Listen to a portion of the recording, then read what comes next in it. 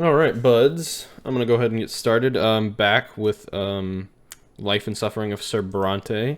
This is basically me just reading to you for like 3 hours, so if you're cool with that, that's what we doing.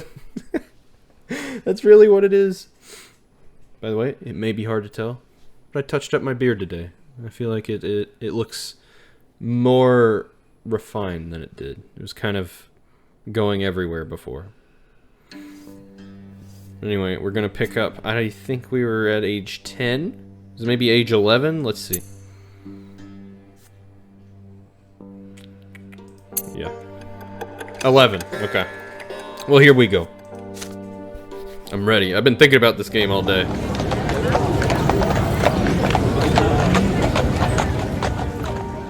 Hot, dry wind sweeps through the city from the barren lands around it.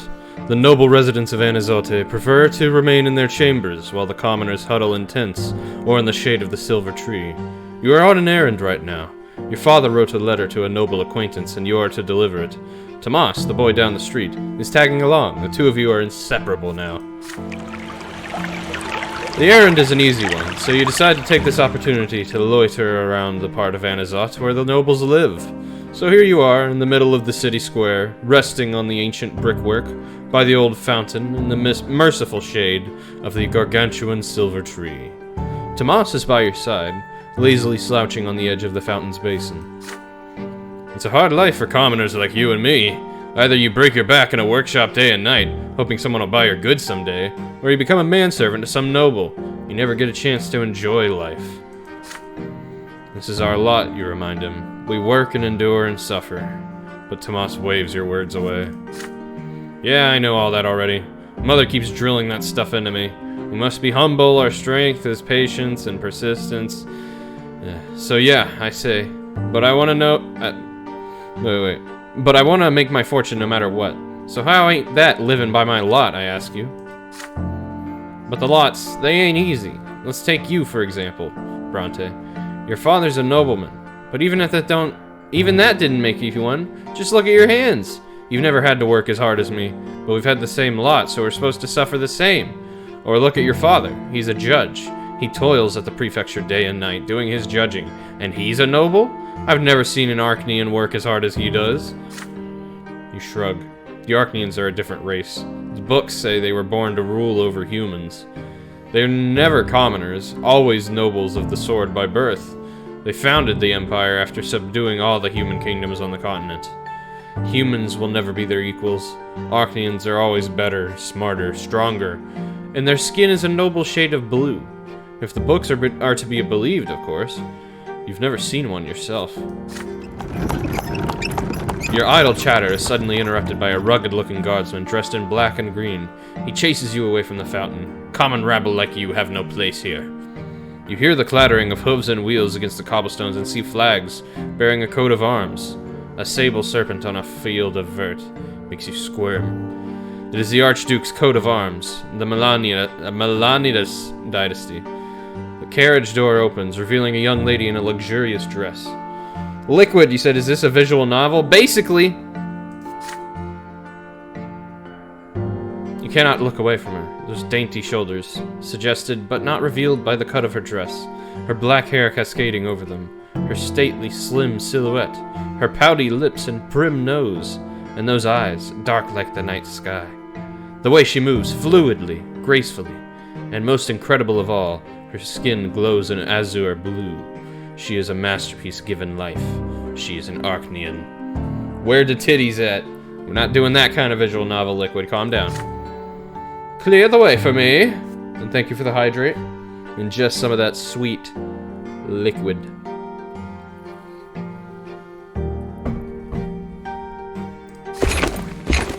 The Melanidas guardsmen work quickly to clear the way to the fountain for the Archnean lady. The searing sun dances on her skin in bizarre patterns. With one elegant motion, she reveals a handkerchief, then leans over the basin and wipes her head and neck with its cool water. Well, I'll be. That's Octavia Melanidas, our Archduke's own daughter. The Archnean turns away and proceeds gracefully back to her carriage. You see something slip out of her hand and fall into the cobblestone right next to you. Her handkerchief.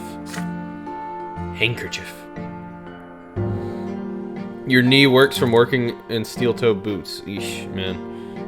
You're doing the roofing stuff, yeah? And this is dark fantasy. It seems like it's kind of dark fantasy, I guess. It is right there by your feet. Intricate craftsmanship, expensive woven fabric, delicately decorated with an emerald filigree. Your heart skips a beat. Will you dare draw the beautiful Arcanian's attention in order to return her lost possession? Or would you rather not attempt to cross the chasm between you and her?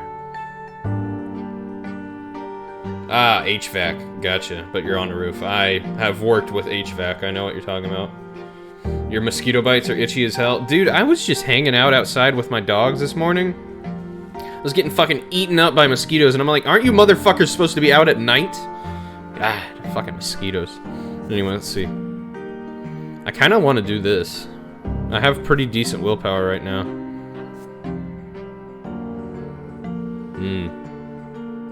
I'm gonna try to talk to her. Fuck it, let's do it. I'm 11, I'm a big boy. It takes you a moment to overcome your fear. You follow the young Melanidas and call out to her in a nervous voice. She turns around, her beautiful face marred by a puzzled expression. You extend the dropped handkerchief toward her. Lady Octavia's face contorts into a sneer. She signs to the guardsman indifferently. Oh, God. A guardsman's gauntlet-clad hand slaps you in the face. It rings your head like a heavy bell. Your nose cracks obediently under this staggering force. The rest of you follow suit, and you fall prone. You can discern the guardsman's voice through the painful din in your ears. Should I take the handkerchief back, lady? After a commoner's hands have befouled it, let him wipe himself with it for all I care. This is why we do all work in full-body leather suits.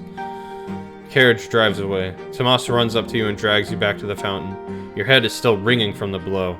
The fateful handkerchief is still crumpled in your hand. Well, I still got 5 willpower. That's not bad. I experienced my first romantic feelings. What? But she... No! Sir Brante, no!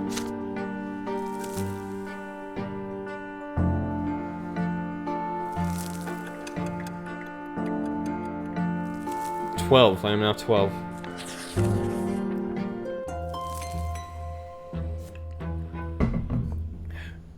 "12 years old now, you overhear an important conversation. It is a spring night, and Mother has just sent everyone to bed. You walk past Father's study and hear voices coming from beyond the door. Grandfather is yelling, and Father is replying quietly. The elder Brante men are fighting, arguing about the place of commoners in the city.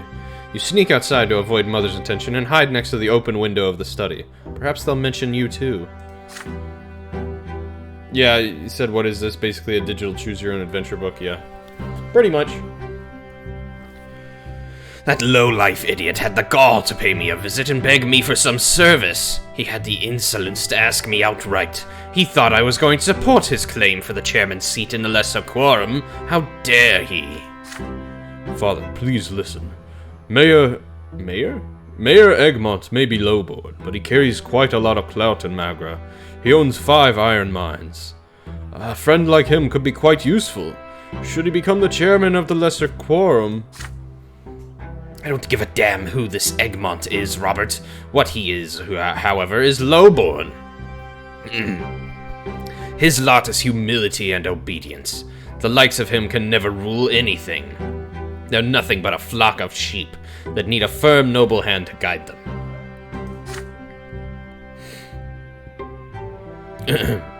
I wasted so many years trying to quash that quorum decree, but that accursed Cornelius Tempest did everything in his power to make the Emperor sign that pathetic screed. And now even lowlives can wield power. True power, Robert. Just the right to discuss the size of Archduke's tax, nothing more. That is only the beginning. What's next? Are they going to arm the lowlives now? Make them into judges? If the if the Empire rejects the foundations and the lots, the entire edifice will crumble. Bah, who am I telling this to? It is already crumbling, and you, my son and heir, are a harbinger of its destruction." "Father, I'm begging you. I do not wish to marry a third time. Lydia is a good wife and a dutiful mother to my children. If you would only allow her to... I will allow them nothing. Neither Egmont nor that freeloading wench of yours. What will you want me to do next? Live by the laws of the lowborn? I can already see where this is going, and I'd rather run my own sword through my gut than live in a country where nobles and lowlives share the same rights. My only dream is to see the name of Brante in the Blue Book, but that dream will never come true. They will never call me Venerable El Brante, and it's all because of this marriage of yours. My only hope now is to hear Stefan addressed in such a manner one day. Thank the twins I didn't let you ruin the boy. He's about to grow up into a true nobleman. His children will bear the name of El Brante. You have 2 more grandsons. Those spineless milksops from the common lot? They're incapable of anything. The best your middle son could do is sneak into the Imperial College and get ennobled by the mantle, although I have grave doubts about even that. As for the downtrodden Nathan, I hold out no hope for him whatsoever. You hear grandfather's heavy footsteps, the thudding of his cane, and the slamming of the door. It's time to sneak back home before you're discovered. Our power went up. Okay.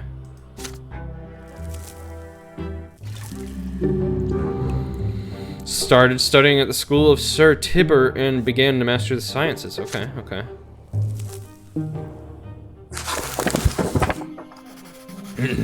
Finally, the day comes when the teachers stop coming to the house.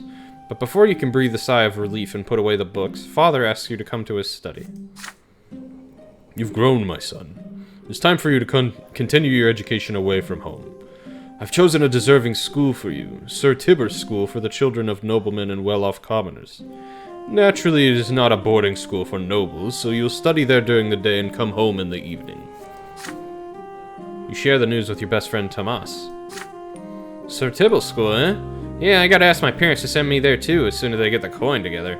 Father says his workshop has toiled day and night for years to save up for my education.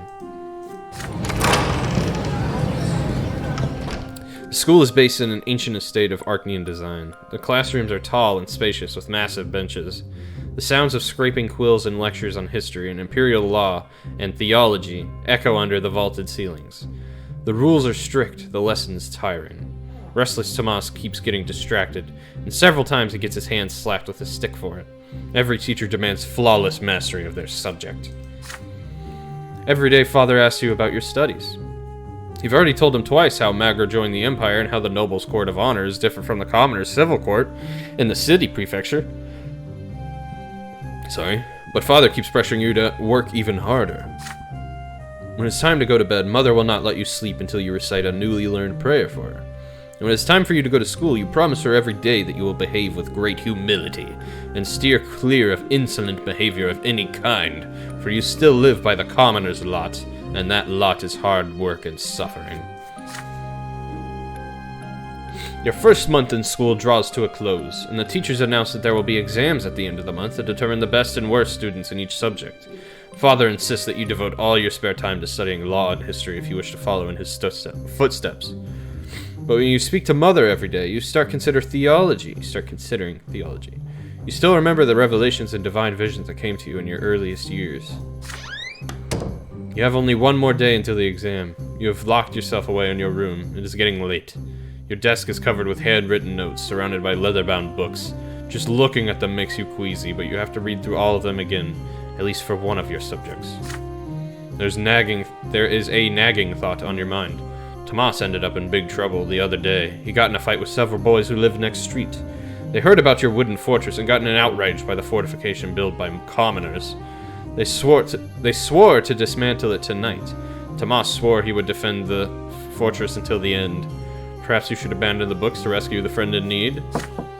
But then you hear your little brother Nathan knocking at the door. He stands there shyly, not saying a word. He often does that, standing still and staying speechless until either you speak first or he runs away. This time he actually says something. The door is locked. Are you okay, Lucius? Is there anything I can do to help? Your head is spinning. This is the last evening before the school exam. If you fail, your family will be very disappointed. You have to refresh your memory on law or theology, either one or the other. But Tomas and your fort are about to be stormed. Why, today of all days. You grind your teeth in rage at the thought. Nathan is by the door, trying not to bother you. He wants to help you the only way he can, for reasons known only to him. Will you accept his help?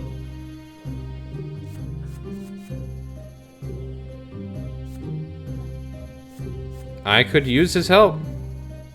Let's take his help. Let's take his help. Maybe he can prove useful.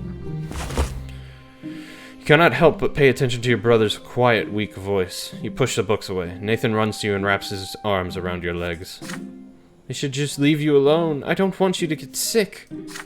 Warmth emanates from his hands. You feel the burden of the responsibilities thrust upon you fall from your shoulders. At last you realize something. You can make your own decisions rather than submitting to the will of others. You laugh at this realization and feel a new spring in your step. Nathan laughs with joy when he feels this. He takes your hand and pulls you outside. You've studied enough. You spent the rest of the evening playing with your little brother, teaching him how to build a watchtower out of wooden planks, sticks, and old rags behind the house. Nathan's success in construction leaves much to be desired, unlike his skill in covering himself in mud. Still, he is absolutely overjoyed. Hello, Jill. Good to see you. How's your evening going? We're doing like a storybook type game today. The morning comes. You barely have time to wake up before you are walking to the menacing edifice of the school. The entire day is a constant flow of questions demanding answers. You give satisfactory responses on law and history, although you are somewhat confused by the many technicalities and chronological orders. Your knowledge of the interpretations of the lots leaves much to be desired. Your parents are dissatisfied with your performance. You know that you could have worked harder. Still, you believe yesterday was not a waste. Good, Nathan's like gonna fucking love me. And now I have a lot of willpower. Can make the important decisions. You like this game? It has some messed up parts, and we might see some soon. Your education continues. As you study imperial law, you come to realize there is a certain hierarchy, even within the noble estate. It seems your father's status is not quite equal to that of the more eminent human in Archnean gentry. You return home with this new information at your disposal. Father asks you about school after dinner, as he always does. And what is the difference between nobles of the mantle and those of the sword, Lucius? You already have an answer ready. The latter status is hereditary, meaning that it is passed from fathers to son. After the Archneans, nobles of the sword are the most eminent humans in the Empire. They own land and estates, they fill offices of the highest rank, and the names of their bloodlines are preserved within the Great Blue Book. Nobility of the sword can only be granted by the overseer of the province or the emperor himself. And how are such eminent people addressed? With the honorific L before their last name, you respond. Sir Augustin L. Bourne, for example. Father pats you on the shoulder, clearly pleased. And what about the Archneans and their status? What have you learned about them? The Archneans stand above all human gentry. They are born to rule over humans regardless of their titles. No L is required when addressing them. They need no honorifics, for the names of their ancient dynasties are known to all. Father nods somberly. Yes, we can never be their equals. Do whatever an Archnean tells you and never defy them, ever. And what about grandfather and me? Where do we stand as nobles? That is easy. Father and grandfather are nobles of the mantle. This title cannot be inherited, but it can be earned by any commoner as a reward for great service to the Empire, in the Legion or as a civil servant. Father suddenly grows quiet and looks you in the eye intently. Yes, and someday you will earn a noble title too, son. All in due time.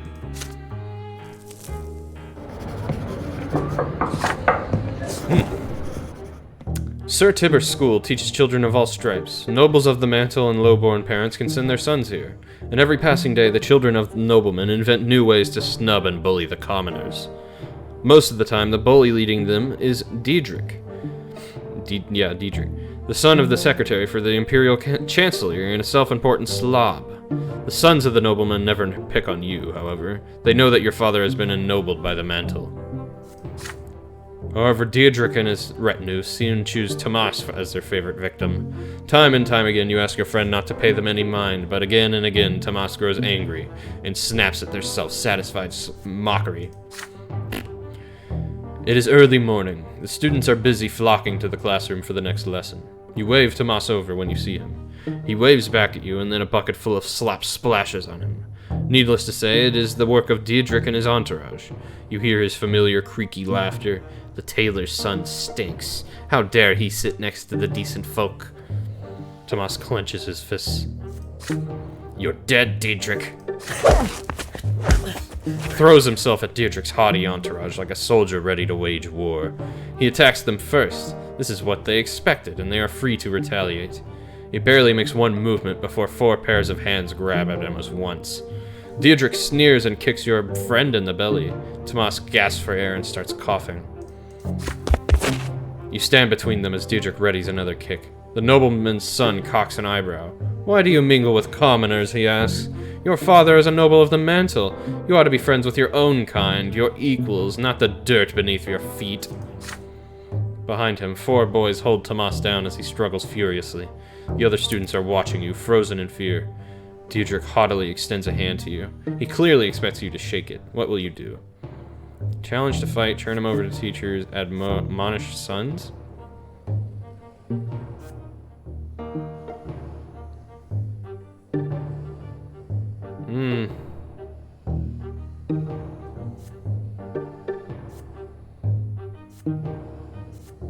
I don't really like that. It kind of seems shitty to my friend. Children of parents.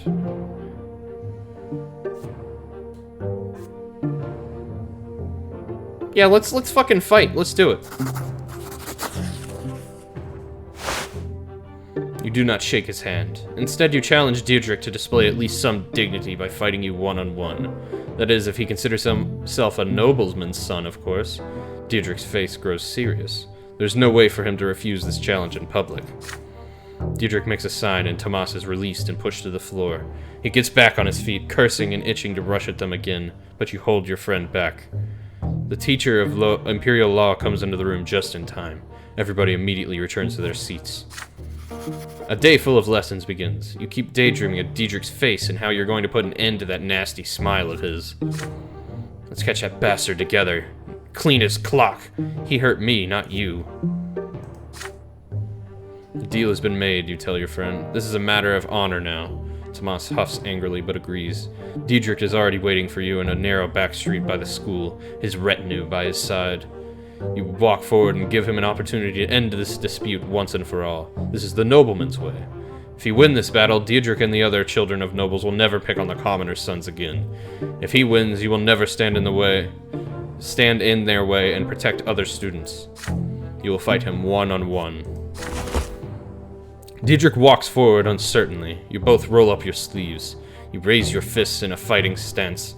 Diedrich tries to copy your movements. You hit him first. Diedrich does manage to land several glancing blows, but he's fighting a losing battle. He's never been in a real street fight. Tomas nods in approval. You've learned a lot from him. It does not take long for Diedrich to stop fighting back. One more blow and he squeals and raises his hands. You have won. You turn to the other nobleman's sons with a victorious look on your face. No more teasing. And if anyone says so much as one bad word about Tomas, they'll pay.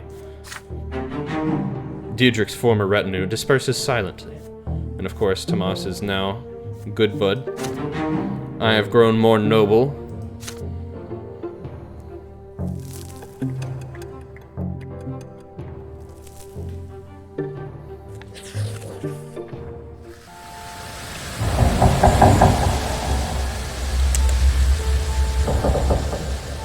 Very loud. Your theology teachers tell you more about Anazat. It is more than just the provincial capital, it is also a sacred place blessed by the gods. It is where the twin gods' first disciples spilled their blood, and from that blood grew the sacred silver tree. Its enormous foliage hangs over the city. You see its branches in the sky every day, but you've never approached the trunk of the tree yourself. Today, you will be taking your first trip to the silver tree. Your class is visiting a service in the great temple by the tree's very roots. Got so much talking. I need water. Thanks to your theology teacher, you and the other students will witness this landmark of the twins' advent up close. Everybody is excited. Soon, you and the other boys enter the slums surrounding the church district of Anazat. The roots are pulsating under your feet. They spread underground all throughout the area. Is this, Darkwood? Pathetic, cramped hovels and filthy streets surround the trunk of the tree. They are home to paupers, day laborers, and preachers. The people of the district bow humbly to you and point you toward the temple. They seem at peace despite the abject poverty in which they live. All who live directly beneath the tree are filled with its divine grace, your teacher says. People come here to make peace with the world and their fate in it. Your class is unusually quiet. Everyone is listening to the rustling of the leaves and the underground beating of the roots. The sky above you is obscured by the tree's canopy. You find the Temple of the Twin Gods right next to the tremendous trunk of the tree. It almost seems a part of it. There's a crowd there, pilgrims dressed in traveling clothes, paupers and beggars, common people of the city, and the occasional well-dressed noble. There are arguments among some people who are gathered in separate small groups. Many people are wandering about, staring upward at the tree's branches.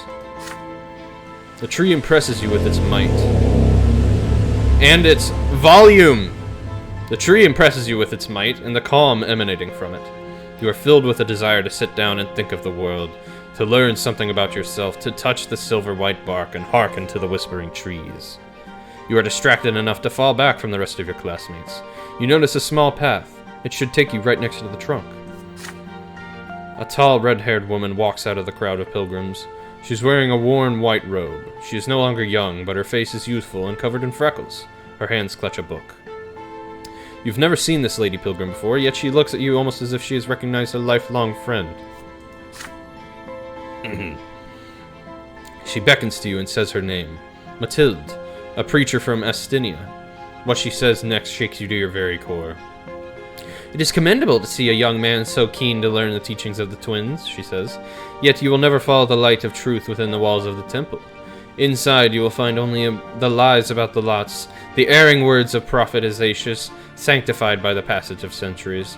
Yet anyone who sets out to read the accounts of the twins' own lives know that they never so much as mention the lots. Now we're getting spicy. The red-haired preacher's words frighten you. They clash with everything you've heard from Mother. Hey, Jake. Good to see you, bud. Doing a very storybook-focused game today. How you doing today? Whoops. Okay. Everything you've been taught at school, the lots, are a lie? You freeze in fear. Should you argue with Mathilde or ask her for more information? Or should you treat her as a madwoman and catch up with your classmates? You suddenly feel a small, warm hand grasp your own. You see a girl right next to you. She's just a little older than you, wearing a black dress, threadbare yet almost spotless. Her hair is covered by a handkerchief, with only a single golden lock showing. Her brown eyes are burning with rage, her hand pulling you away from the red-haired preacher. Who the fuck is this? Jake, you said you can't sleep because it's way too hot in the UK? Ah, I gotcha. Well, I'm glad you're spending your sleepless night here. You stare in confusion at the strange young girl, your cheeks flush by the sudden touch. There's a bit of color on her cheeks too, but then she starts speaking to you quickly. Don't listen to her. She's dangerous. Come to the temple with me. Only there will you see the truth.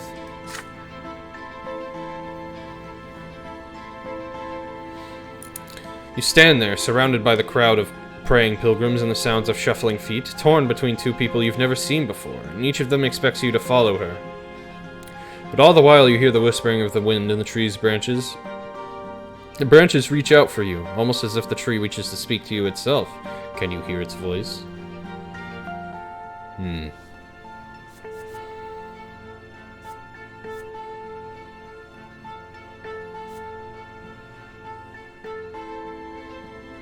I need insight for that. Interesting. I guess I'll follow the girl, sure.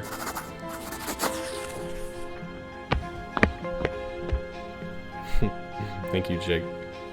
You turn your back on the suspicious preacher and follow the girl inside. She introduces herself to you along the way. Her name is Jean. God. The temple is filled with light. It is separated in two halves, just like the temple in your district. One for the commoners and one for the nobles. Yet this temple is far more grand than that one. You see two towering statues by the altar, carved with impeccable detail. They depict the twins. The elder bears an empathetic smile. God, I keep mixing those words up. And the younger has a stern look about him. They are depicted in the garments of pilgrims, frozen in their eternal journey to meet one another. My uncle is one of the priests in this temple. I'm an acolyte. I work in the temple. I help him clean the temple and cook food for the poor. And I also greet the worshippers. People come here all the time. Many are lost and they don't know where to go once they're inside. But nobody should feel lost in this place. The temple is for all the estates. Jean's face is no longer angry. The red-haired preacher is long forgotten. She is like a warm ray of light under the roof of the grand, bright temple. You ask her a question. Is she happy in her service to the twins? Of course I am. This is where I belong. Inside the temple, I feel the twins watching over me all the time. When I'm with them, I'm never afraid, never sad. She looks at the statues when she mentions the twins and smiles at them as if they are close friends. Do you feel it too? You too turn your eyes to face the twin gods. You feel the eyes of the elder upon you. They feel warm, warm like mother's loving words. You feel virtue and order in the eyes of the younger. They feel like father's words of pride and respect. I knew it. I knew you could feel it. It's so easy when you're in the temple, but they watch over us all the time, you know? Just pray from your heart and remember how it feels all the time, even back home, even on a long, long journey. Jean's voice is clear and insistent. As you listen to her, you just barely touch the palm of your hand that held hers a moment ago. Maybe it's just a delusion, but that hand feels warmer now. Cool. You keep looking back at the tree all the way home, but it's not the tree you see. You see Jean's brown eyes filled with inscrutable wisdom. Inscrutable wisdom. Okay, I still have 10 willpower, that's pretty good.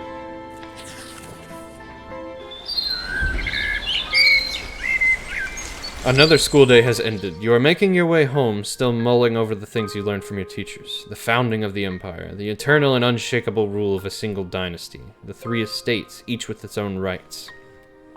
What an odd sort of order the world has, and yet so mysterious. At least it sounds that way when your teachers talk about it. Mother is waiting for you on the porch. She smiles gently when she sees you, and yet her expression still shows great concern. Father left on a trip to several distant Magran towns a few days ago. Since then, Mother has been trying to tell you something, but she seems uncertain. Hold on.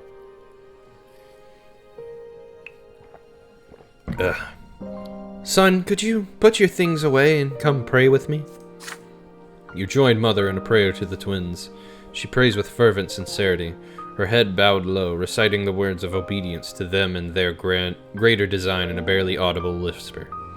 You repeat after her, just as she taught you ever since you were a little boy. When the prayer ends, Mother sighs and turns to you. Lucius, my son, you are 13 now. You'll be grown soon. It's time you learned about certain things that are important to our family. Difficult things. It's about your father and me, about our marriage. You gaze curiously into Mother's eyes. I'm sure you've wondered about this before. Your father is a nobleman of the mantle, so how could he marry a commoner with another man's child? But you see, Lucius, your father... When his first wife, Amelia Elborn, died, it was a painful blow to him. He lost the will to live, lost all purpose. He felt like his own destiny was cut short that day as well. And then he met me. You know the troubles I had in the past. I went to the prefecture as a petitioner to ask them for help, protection, justice. When I was a young girl, I worked at a small shop that sold crockery and dishes. A nobleman took a liking to me. May his name be forever forgotten. The twins know I was humble and honored his lot to rule, but he took me by force. Mother falls silent, summoning the courage to continue. Gloria is that nobleman's daughter. But he was outraged. How could I have the gall to burden him with low-born progeny? He turned me out on the street with that little baby girl in my arms. Mother's voice is shaking now. You take her hand tenderly. I had no home, no honor, nowhere to go, no one to help me. When I went to the prefecture, I didn't really think the judges there would help me find justice against my former master. But when Sir Robert heard my plea, his eyes met mine, and I believe that At that very moment, the twins themselves granted him the gift of their love. Your father told me that there was nothing he could do to make that detestable nobleman marry me, but he would never abandon me and baby Gloria, and if I agreed, he would take me into his own home. Tears are running down Mother's cheeks. And I knew it, my son. I knew how much his honor and reputation would suffer, but caring for me brought him back to life. It's like he experienced another sacrament. He'd rediscovered his noble purpose, his lot to rule and protect and care for others. But his decision to marry me, he is still paying for it today. Your father had the courage to defy your grandfather, the founder of his bloodline. If only you knew how much he had to endure, my son. If only you knew the despicable rumors we heard about the Brantes all over Anazat. It was only thanks to the efforts of Sir Gregor that the Brante bloodline managed to hang on to what little remained of its reputation. And now the noble families have all but forgotten about that scandal, thank the twins. Mother falls silent. She looks at you intently. Do you understand what she is telling you? My son, I'm not telling you this just to share the pain of my past. I have no reason to complain. Even Sir Gregor accepted me through gritted teeth. But you need to understand the heavy burden our family must bear, including our scandalous marriage and Gloria's foul origin. And Gloria, she can never be a Brante, even if the elder Brantes agreed. The news would stir up the old scandal in the minds of high society. And if that were to happen, Lucius, they would see even your birth as illegitimate. Mother sighs heavily. What I told you just now is something you have to know, son. You are about to enter adult life. By my lot, I must be humble. I cannot tell you how to treat your family. But may I ask a question? Now that you know all this, do you still see Gloria as your sister? Accept as sister, absolutely. Why would I do that? Fuck that. No. Accept. I don't give a shit, man. Filled with determination, you assure Mother that Gloria is and will always be your sister. You want Gloria to be a Brante too. You want her to be a part of your family. Who cares what the nobles of Anazat say? Mother beams with quiet joy when she hears this. Oh, Lucius, if only you knew how happy that would make me, to have our family united at last. However, the joy on her face quickly gives way to concern. But I already owe good Sir Robert a debt I can never repay. He's given my daughter so much, a home, an education, his care and advice. The Brante bloodline could suffer so much from Gloria's existence. We should all just learn to accept her status as it is. Just then, you hear Gloria carefully knock at the door of Mother's chambers. Mother, Lucius, I couldn't find you. You happily greet your sister. Yes, she is your sister. No old secrets can ever change that. Mother gives you and Gloria a kiss on the forehead and returns to her prayers. Oh, good. You and your sister walk downstairs together. Mother is alone by her bedside now, thanking the twins with a quiet prayer for the Brante family they have given her. You hope they can hear her. Good. Let's keep her around. And she's happy with me. Cool, cool.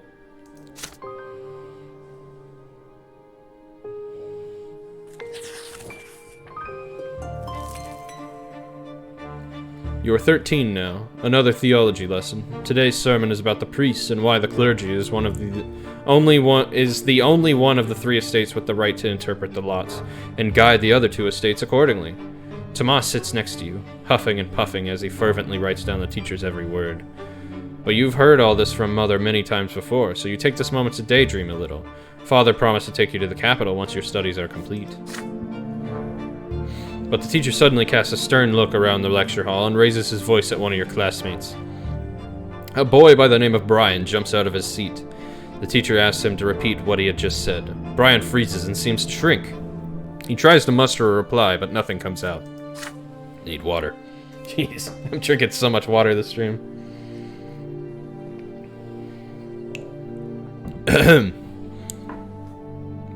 The class becomes agitated. Someone is about to get punished. The teacher now looms over Brian. The boy's cheeks are flushed and his eyes are covered in tears. You all watch the teacher's iron-bound book as he raises it sharply, about to strike. Brian shrieks and raises a hand in front of him. A sudden flash. The teacher screams and buries his face in his arms. His hair is ablaze and his skin is covered in horrible burns. It's magic. Real magic, just like in the books about the Magro Rebellion. The class freezes in shock. There's a dull thud as the iron-bound book falls to the floor. Brian's hysterical laughter rends the silence. He stands up from his bench, fire in his eyes and sparks on his fingertips. There are screams now. Students run for the door. The teacher tries to extinguish his burning hair. Brian snaps his fingers and the books of Isacius on the desks turn into pillars of flame. He laughs and raises his arms, and the curtains catch fire. The screams grew louder as the fire howls. Brian's face is tense and violent. His mouth is spewing flames, and his whole body is shaking with laughter. He steps toward the door. You and Tomas glance at each other. He's going to burn the whole school down. Your friend's determination makes you brave. You run behind Brian and knock him off his feet. You both tumble to the floor. Even through his clothes, his body sears your flesh. Brian screams, convulses, and grabs Tomas by the shoulders with his burning hands. Tomas howls but stays put, then knocks Brian senseless with several fierce blows to the head. There are servants fussing about the room now. They put out the fire and take away the teacher, his body covered in horrible burns. You and Tomas remain next to Brian, who is lying on the floor, silent. Soon, 3 men in black cloaks enter the doors of the school, each bearing an edict sealed with silver. The Inquisition. You and Tomas are told to step away from the witch. They lock Brian's neck in a silver collar and take him away. One of the Inquisitors remains behind to tell the students what happened. That was magic, he explained. The ungodly power that twists the minds of men into savage instruments of murder. Only the sacred shackles of silver can hold it at bay. Only the power of the twins can save us all from its evil grasp. The next day you are forbidden from ever mentioning Brian's name again. He is no more. Well, that was easy.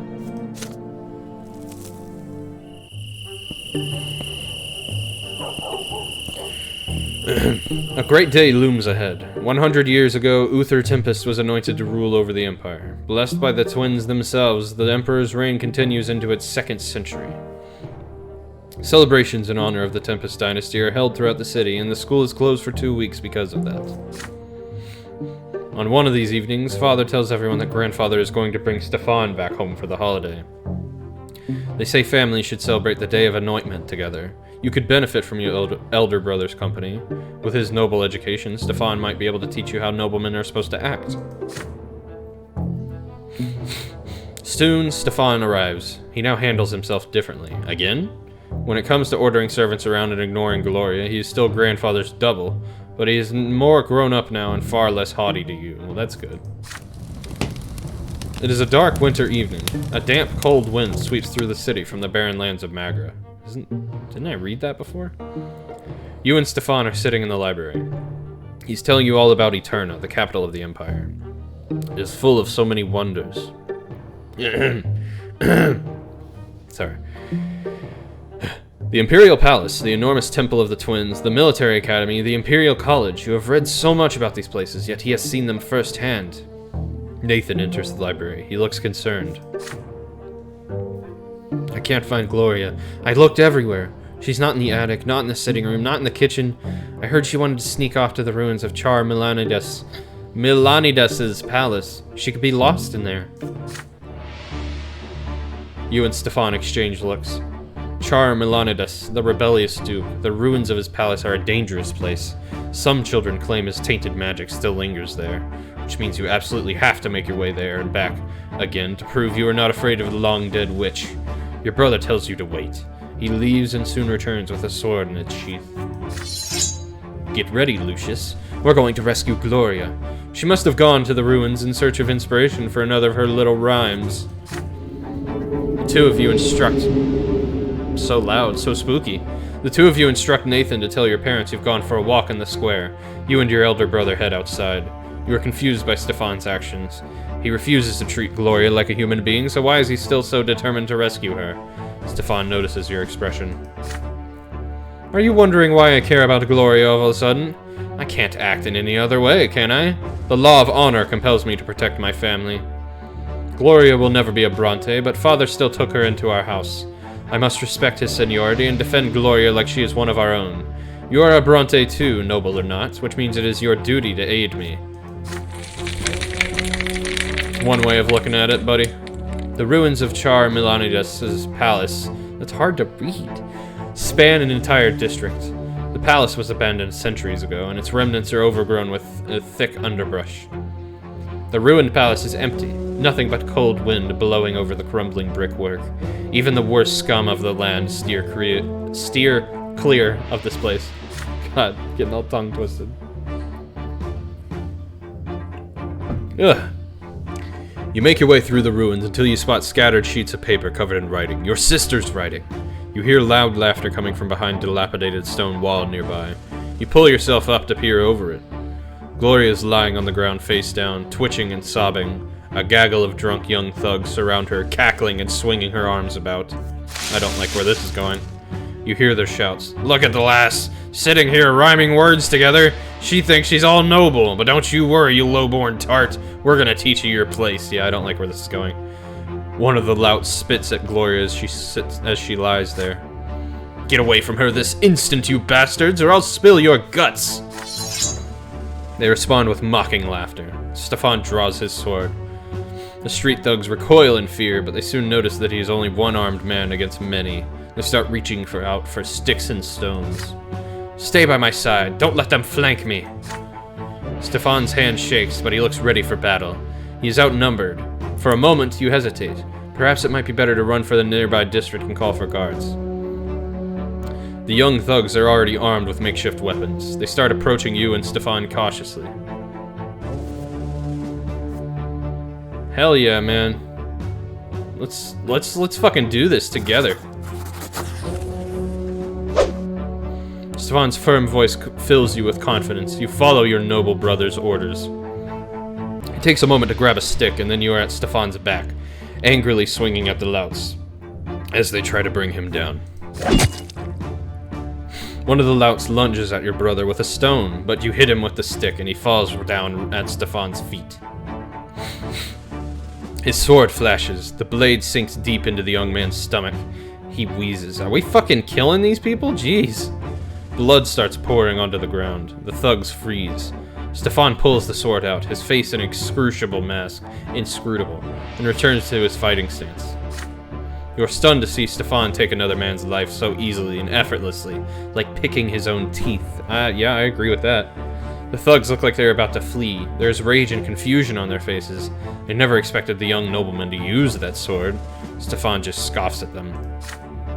Lowborn scum, that's all you are. This is the only language you understand. Good job, brother. Gloria, get up, we're going home. I don't really like how this turned out, but, you know, I stand by my brother, I guess. He just kind of murdered someone. He turns to glance at your sister, giving the enraged thugs just enough time to rush you. You get separated from Stefan. Your back is against the wall now.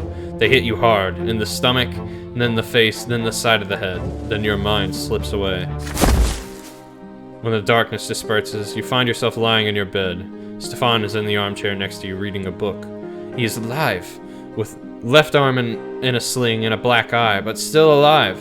Your head is spinning and you feel nauseous. You try your best to sit up. Stefan looks up from the book. Don't try to get up. You lost a lot of blood. I suppose that was a few thugs too many for a single warrior, even with good backup.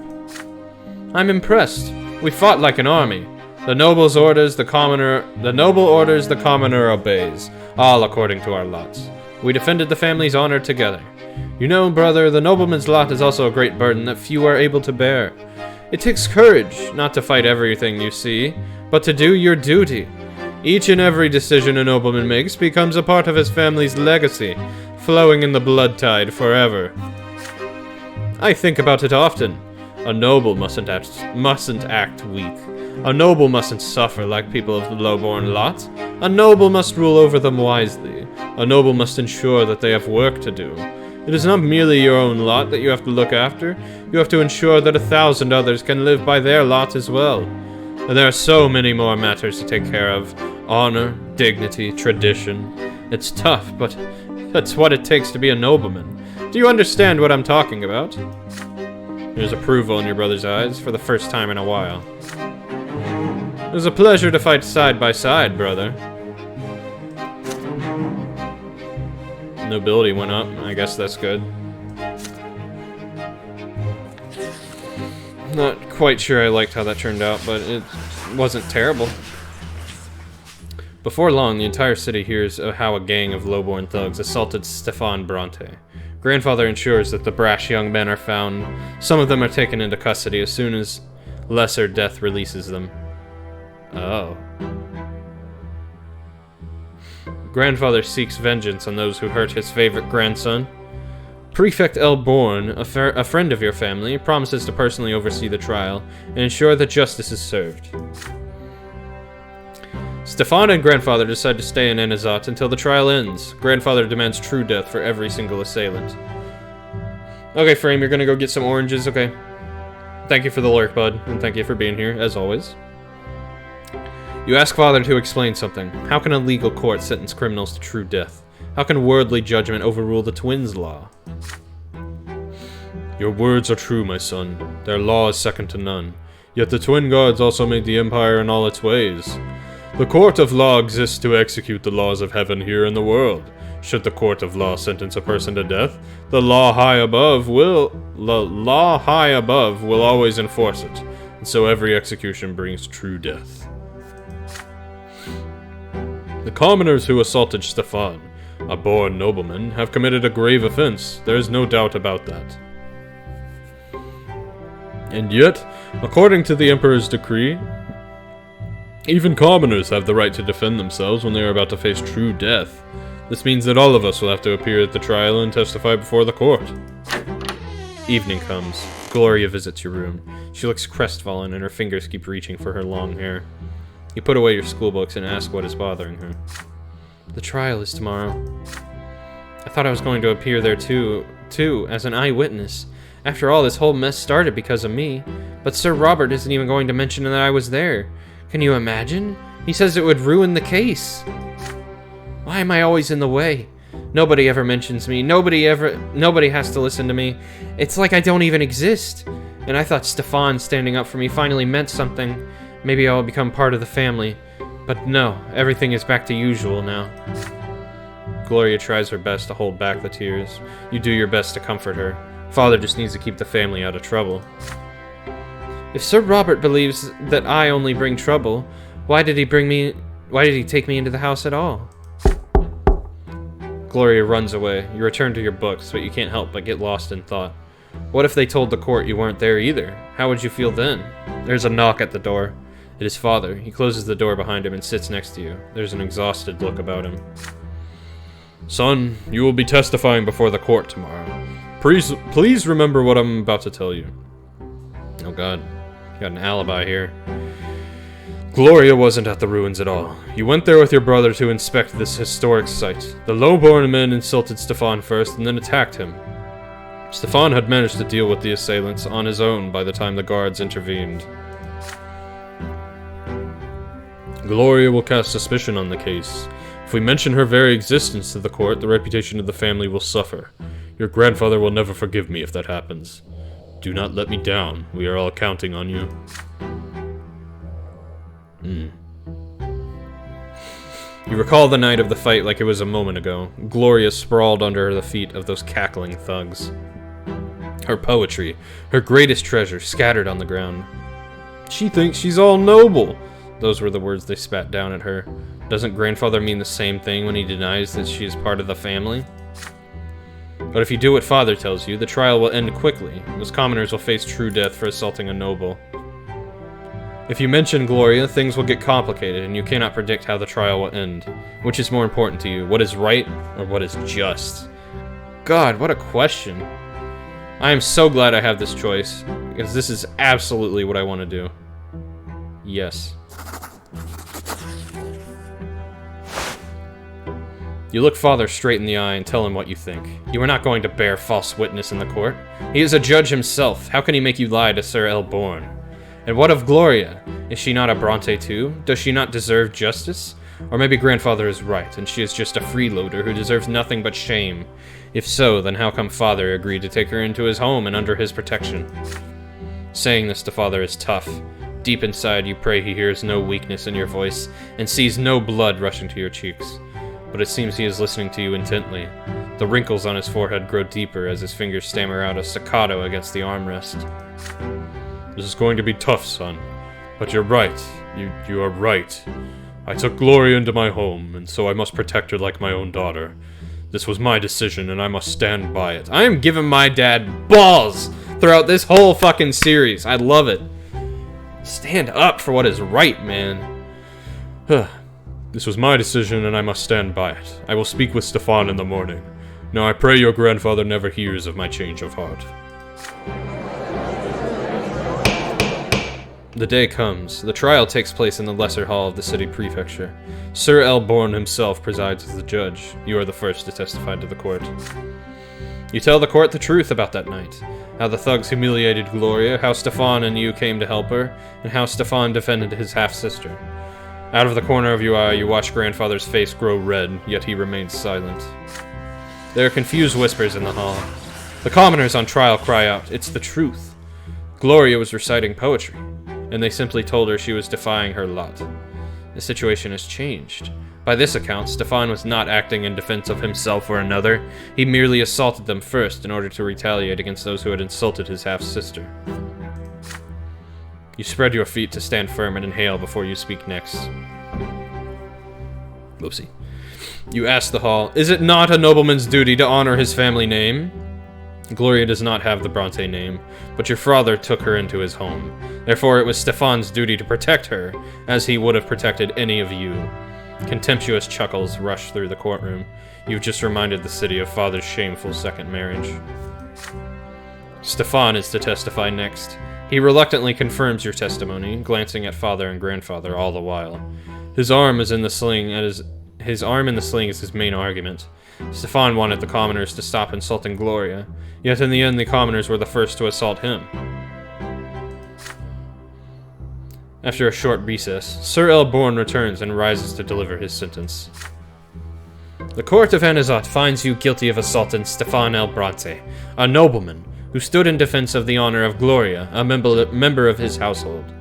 All 4 defendants are sentenced to true death by hanging. Nice. There is no wind, but you feel a gust sweep through the hall. The defendants turn pale. Their mothers are bawling and crying. Everybody in the court feels the dreadful power of the law, and it is stern and just.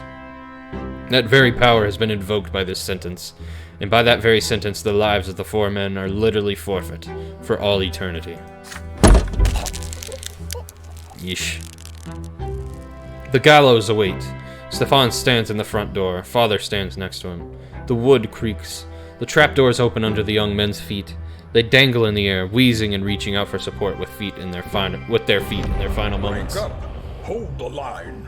This hamlet shall not fall. Yo, Lucia! Thank you for the raid! Appreciate that.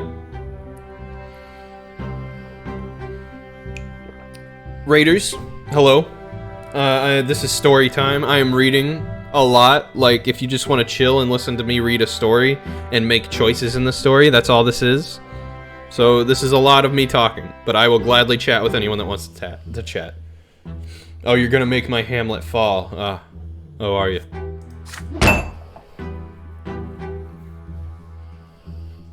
Oh, Lucia, just for you. No. There you go, buddy. Oh, thank you, Kenny, for shouting out Lucia. Thank you. I didn't even know you were here, bud. Grandfather's silence ends at home. He screams at you and father, at Stefan and Gloria. This trial is a disgrace. His screams are punctuated by the thudding of his walking stick against the floor. Father says they had to defend their family. It would have truly been a disgrace if they had shirked their responsibilities. You're always here, Kenny. Well, I always appreciate it. Stefan excuses himself to bandage his arm in order to stay out of the argument. Gloria is quiet, but glowing. Good. You stay quiet too. It is all over now. It is all over now. Nobody bullies Gloria on the streets anymore. Those 4 commoners are dead forever. Their families were taught a cruel lesson. So will it be with anyone who dares to raise his hand against a nobleman. Oh man, our family has such little honor at this point, but our unity is so good. Noble and spiritual, nice.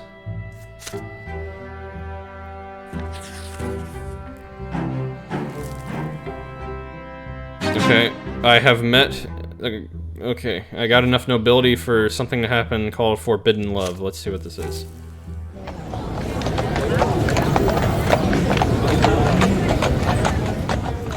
Another day of school is behind you. You are now wandering your district, taking your time before going home. It is getting dark. Soon you are walking past the splendid mansion of Count El Velasco, one of Magra's richest landlords. You hear a familiar voice from the other side of the iron fence. It is Stefan's voice. It is followed by the sound of a young lady laughing.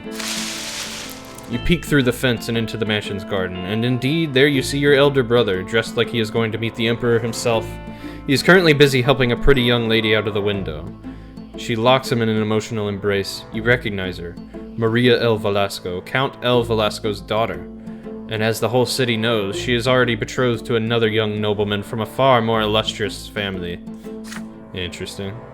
Oh, Maria, I thought I could help you come down to earth from your heavenly abode, but your very touch brings me to the heavens. Ugh. Ugh. He picks the Count's daughter up and holds her in the air. She laughs, almost imperceptibly, and kisses him on the cheek. But then Stefan takes her by the chin and turns her to face him. Their lips join in a kiss. A flurry of emotion washes over you as you watch it happen. Stefan is putting the reputation of his entire family at risk. Acting so frivolously with the Count's daughter may turn the Count's influence against all the Brantes. And yet Stefan always speaks so highly of noble bearing and composure and family honor. Big brother gonna get us all fucked, I know, right? Stefan's face is glowing with joy. Your older brother, he is happy. Truly happy. You've never seen Stefan like this, as his arms hold the Count's daughter in a tender embrace, so gently, as though he fears to hurt her. And Maria reciprocates his feelings. Must you really rob them of their secret joy? If you ever speak to him about this, no one else must hear it. You wait by the gate patiently until Stefan decides to return from his escapades. He is startled when he finally notices you standing by the gate. I don't know, I mean, like, he's actually happy, and I never see this fucker happy. I kind of want to support him. I will keep his secret, yeah. Yeah. Help my brother get laid, yeah, let's do it. What are you doing here at this late hour, Lucius? Is there something you wish to tell me? You confess to Stefan that you saw him today in the El Velasco garden with the Count's daughter. This affair puts both families' honor at risk, yet you say you are happy for him. You can see how much he cares for her. No matter what, it is worth the risk. Stefan can trust you with this secret. You assure him. The two of you will keep it together. Stefan reacts to you with anger at first, but your supportive words calm him down. You've got all the makings of a professional spy, but you're right, the risk is too great. Your aid will not go amiss. You are no nobleman yet, but I hope your word is worth my trust. From that day on, you help Stefan and Maria avoid attention on many occasions. Really? Wow, okay. You even have to distract El Velasco's manservants and lead them away on a wild goose chase through the district. In the end, you are never caught, and you earn your brother yet another night with his beloved. They are both aware that the days of their hidden love are numbered. But how will your escapades affect the family's reputation? You and your brothers agree. Whatever happens, happens. Young love is worth this risk. Ingenuity and spirituality for some reason went up.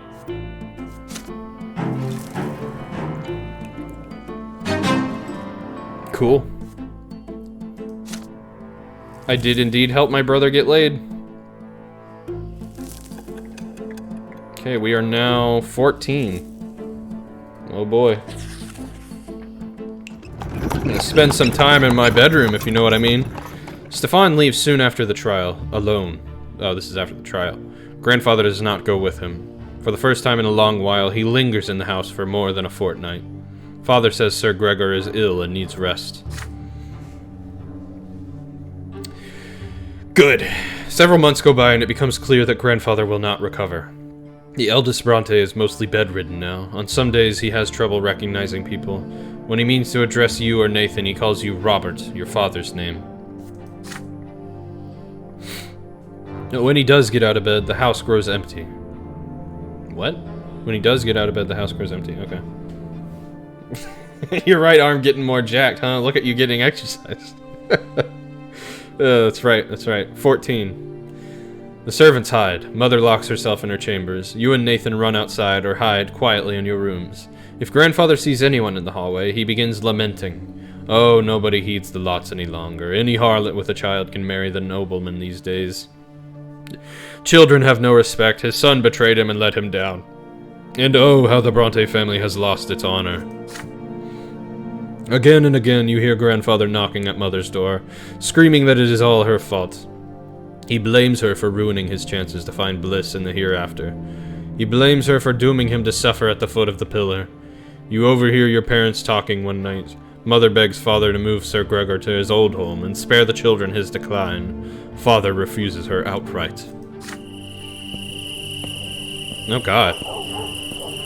It is late at night. The hot, dry winds are coming. The house is empty, save for you, Nathan, Gloria, mother, and grandfather in his bed. That's not really empty. Father has left for the capital on his business. You are engrossed in the history of the Empire, snapping out of your reverie only when the clock strikes midnight. You blow out the candle and get ready for bed. You hear the shuffling of heavy feet outside your door. You see light in the hallway. Grandfather? What could he want in the middle of the night? You peek into the hallway once he has passed. Grandfather's figure sways as he heads for the door to Mother's chambers. He opens the door and walks in. You hear him saying something quietly. Your unease is stronger than your fear now. You sneak closer to hear his words. You foul commoner. I have to cleanse my sins. I have to save my soul. You are my greatest sin. You and what you have done to Robert and this family. I should have put a stop to this marriage. I should have stopped Robert from tainting this house by your presence. Why, oh why didn't I do it? Please, Sir Brante, I beg of you. Silence! You will do my bidding. Fire will cleanse all low-born filth from this place. Fire, and flame will free Robert from this disgrace. This is for my son's sake. For my son's sake. For my sake. I need to eradicate this low-born filth. The twins, they are calling for me now. I can feel it. I can feel it. I beg of you, please, have mercy. Mother begins to cry. You run into the room, unable to stay out of this any longer. Grandfather's gaunt figure looms over Mother's bed, a lit lamp oil in his hand. Mother is sprawled out on the bed, crying. Please, just let me warn the children, I beg of you, Sir Brante! Your steps are loud enough to be heard. Grandfather turns to look at you. Stay out of this, Lucius. Be useful for once. Worldly matters concern me no longer. I see only my sins now, and a sinner I am. A sinner! The twins, they forgive no one. They will judge me by the pillar. I must do something. I don't want to suffer for all eternity. Go away! Mother's crying. Grandfather is still looming over the bed, driven to madness. His hand shakes as it clutches the oil lamp. His eyes shine in the dark. He truly believes this has to be done. You're suddenly torn. What if he is right? What if that's the only way for his soul to find salvation? There's no going back now. You have but a moment to act. Yes! Fucking stop him!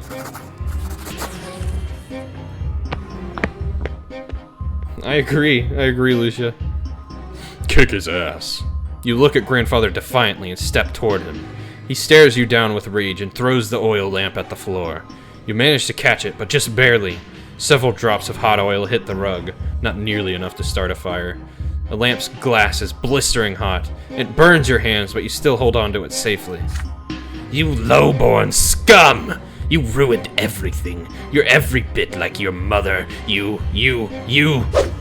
Enraged, he takes a swing, and you squeeze your eyes shut.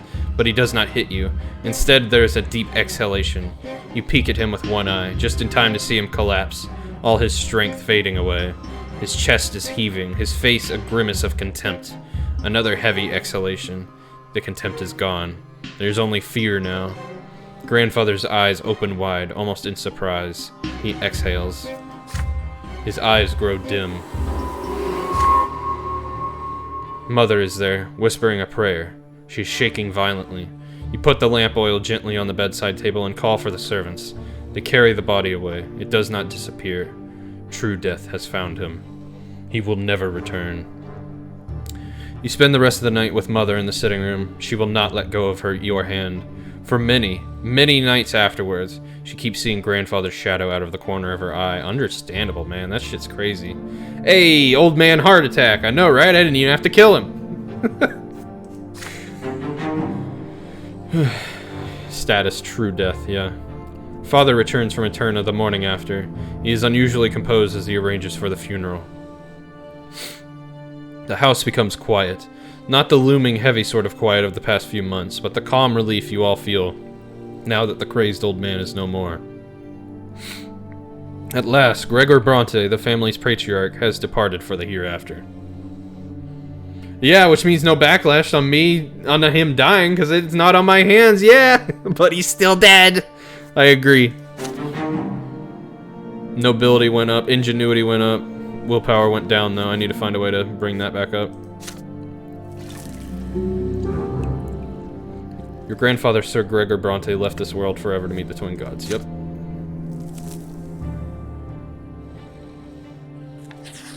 Good riddance.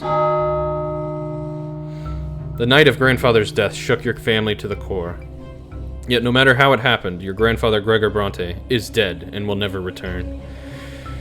He was a fearful shadow looming over the rest of the family, the Brante patriarch exerting his influence on all the lives below him, and all of you will remember him forever. Father is the new patriarch of the family now, yet he still cannot bring himself to sit at the head of the table where Sir Gregor used to preside. Stefan locks himself away in grandfather's bedroom every day. He will not talk to anyone. Gloria and Nathan still jump at every sound that so much resembles as the knocking of his walking stick. Mother spends all day in prayer at the temple. And yet the house has become calm and quiet with his passing. There is but one more thing that must be done, the final farewell. It weighs heavily upon your soul. The day comes to pay your final respects. Father goes to the tomb alone, save for Stefan, Nathan, and you. Mother and Gloria stay at home. Only nobles or those who may become nobles may join this ritual. There's a solemn silence as you walk to the crypt. Father is the one who breaks this silence when you finally reach the door of the family crypt. Your grandfather built this crypt, and now he will be the first Brante to remain here in body forever, the first ever noble in our family. It is our duty now. What? It is our duty now hold to the sacrament of flowing blood for Sir Gregor, yes. To now hold, I think is what they wanted to do. We will honor his legacy and join him as the founder of the noble Brante dynasty. Stefan perks up at Father's words. His hands still clutch grandfather's sword. Tradition decrees that it must remain in the niche above the owner's sarcophagus. Nathan, on the other hand, looks even more frightened now. Stairs carved of white stone lead you downward. Deep in the gloom of the crypt, atop a pedestal, you see the sarcophagus that holds grandfather's body. Father takes a moment to compose himself before paying his final respects. Need some water.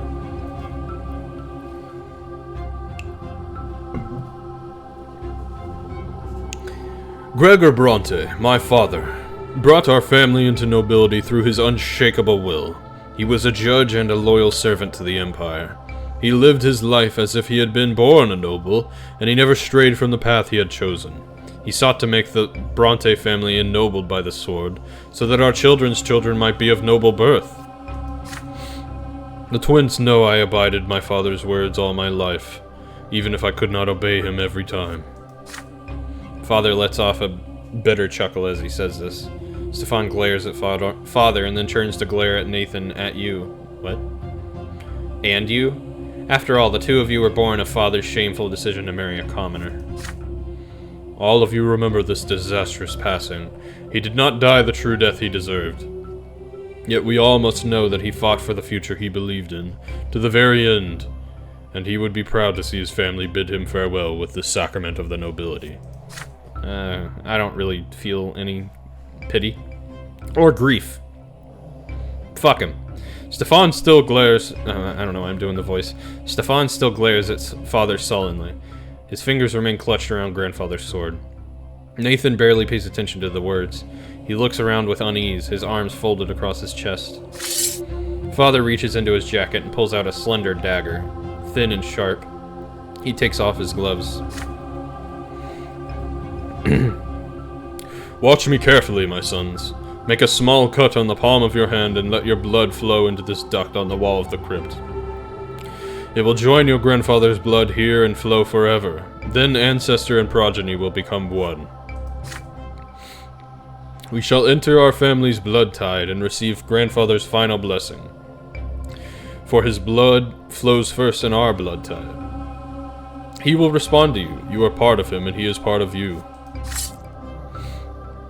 With a quick motion, Father slices his hand and holds the bleeding cut above a small opening in the wall. Then he hands the dagger to Stefan. Stefan cuts his hand without hesitation and does as Father did. You receive the dagger next. The dagger's handle feels warm. You hesitate for a moment as you look at the palm of your hand. If you participate in this ritual, you will enter the Brante blood tide. You, a low-born child, a child who is still a commoner. Are you ready to claim your legacy as a descendant of the nobleman Gregor Brante? The eyes of your father and brothers are upon you. Nathan, the youngest brother, will follow your example. You can be certain of this.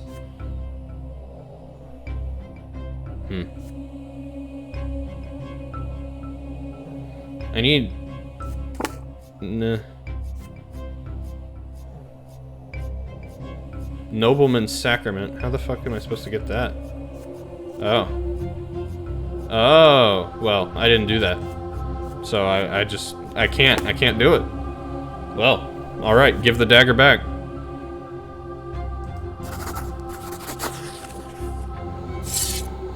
You return the dagger to Father and say you cannot participate in the ritual. You are a commoner, and your back bears the mark of the lash. Grandfather would never have let you honor his name as a nobleman.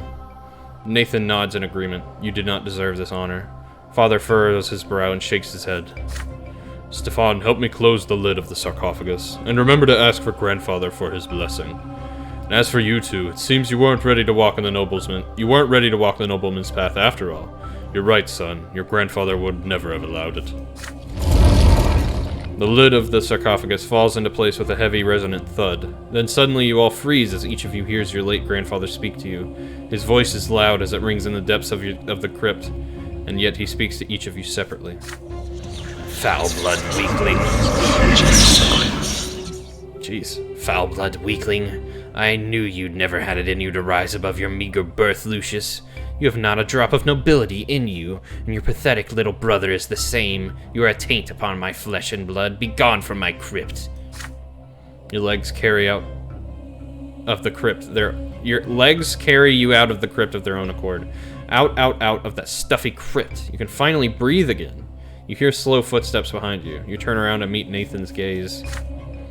You did the right thing. If it weren't for us, I'd have done what Father told us. Weren't for you.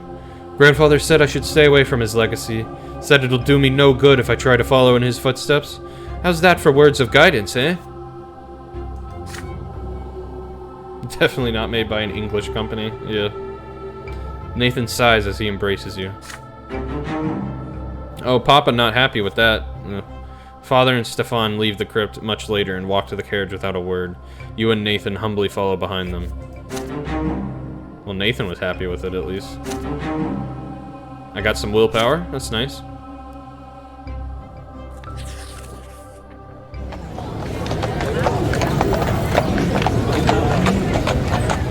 Ugh. Grandfather's passing and last respects have left a mark on the entire family.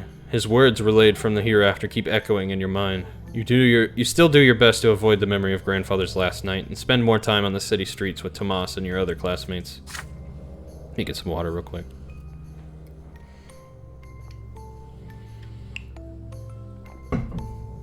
Ugh. The road by the house reminds you of another clash with death. Sometimes as you walk along that road, you recall Sophia, the beautiful girl with wonderful eyes and the terrifying thundering hooves. You have not seen Sophia since that fateful day. The children who live nearby say her parents sent her to a rich Arknian family, the Ottens, as a servant.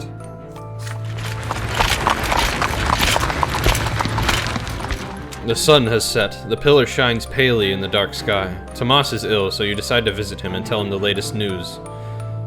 Jeez, this music's getting intense. The streets seem oddly agitated tonight, full of horses, cloaked men, strange faces, and hushed voices. A young nobleman in a heavy embroidered cloak is walking back and forth, clutching at his sword nervously. There's a grimace of rage on his delicate blue face. He is an Arknian.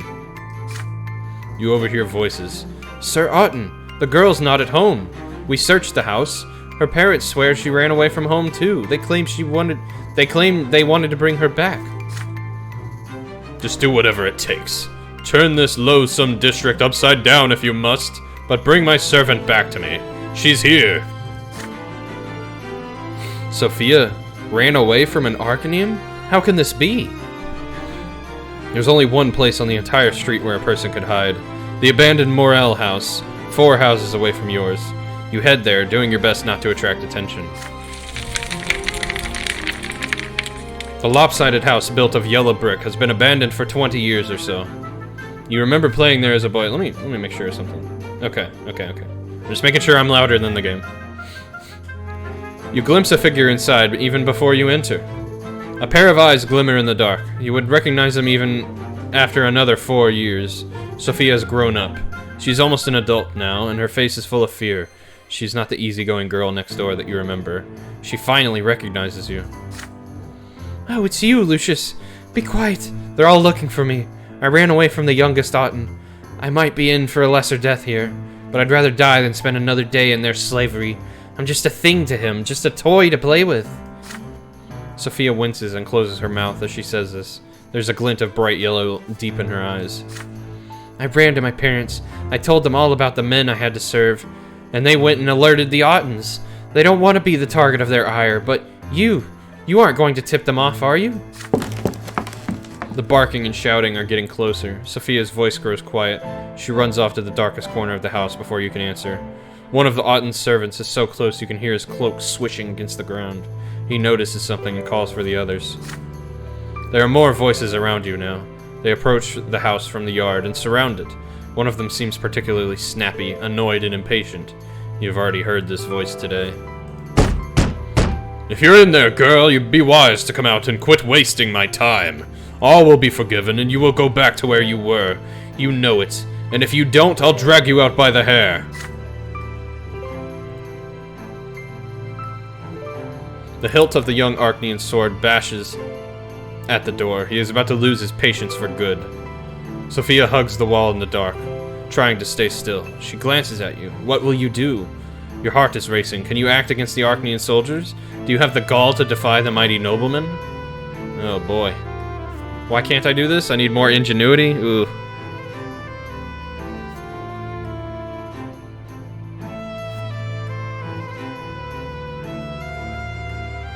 Fuck. I'm gonna get another death from this. I know it. I can't just leave her.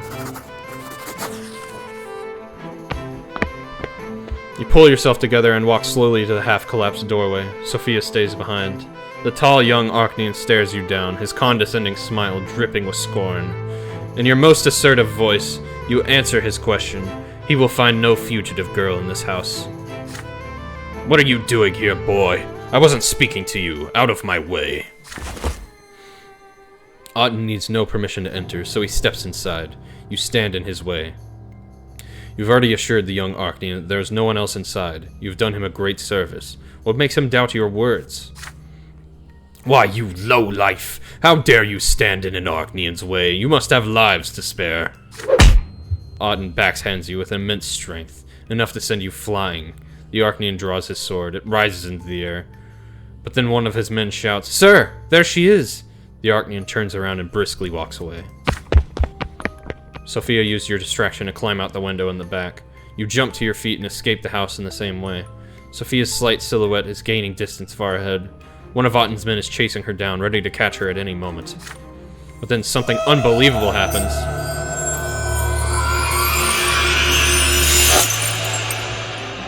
Loud as hell! Sophia lets out a dreadful scream, and the air around her sizzles with golden sparks. Otten's man falls to the ground, clutching his head. Sophia freezes just for a second, as though uncertain of what she just did. What was that? Otten screams at her right next to you. So that's how it is, eh? The wench is a witch! Seize her! Magic? Sophia's a witch? Sophia's silhouette disappears down an alleyway. Otten's men give her chase, but they will never find her in the dark, sprawling district. You watch her go. Will you ever see her again? The runaway girl becomes the talk of your district for an entire week. You overhear that Sophia managed to flee the city. The Ottons are furious. After this sudden appearance, she disappears from your life once more. You will not see her again until much, much later. Well, alright. Random interaction with Sophia.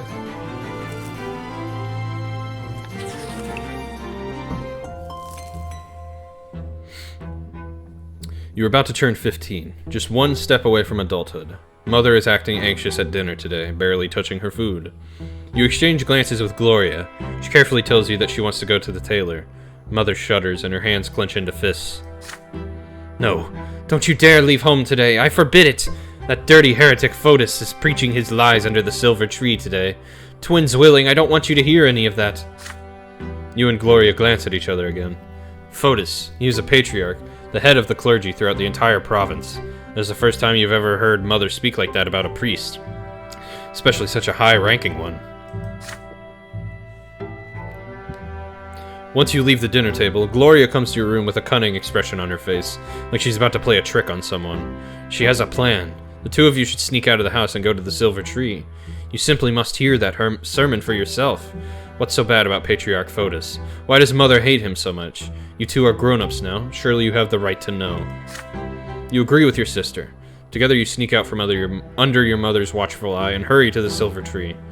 The temple block is full of people from all ranks and estates. There's barely enough room for you to squeeze through the crowd. The crowd is gathered around the very roots of the tree. Gloria suggests that you climb up to the roof of a nearby building so you can hear and see everything better. And not a moment too soon. From the roof you see a tall, silver-haired priest step onto the platform by the tree, dressed in the common black robe that looks far beneath his rank, yet he stands like a noble before the crowd. But behind his back is a banner flapping in the wind. The open book. This is the symbol of the new faith, the crowd whispers. Patriarch holds his hands up to the sky, and the entire temple block grows quiet. He begins his sermon, his vibrant voice rolling across the square. Fotis speaks of a great mistake. We entrusted ourselves to the lots as the only way to fulfill divine providence in this world.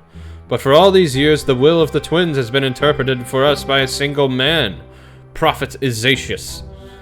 The twins are ever watching from above the shining pillar. Of this we have no doubt.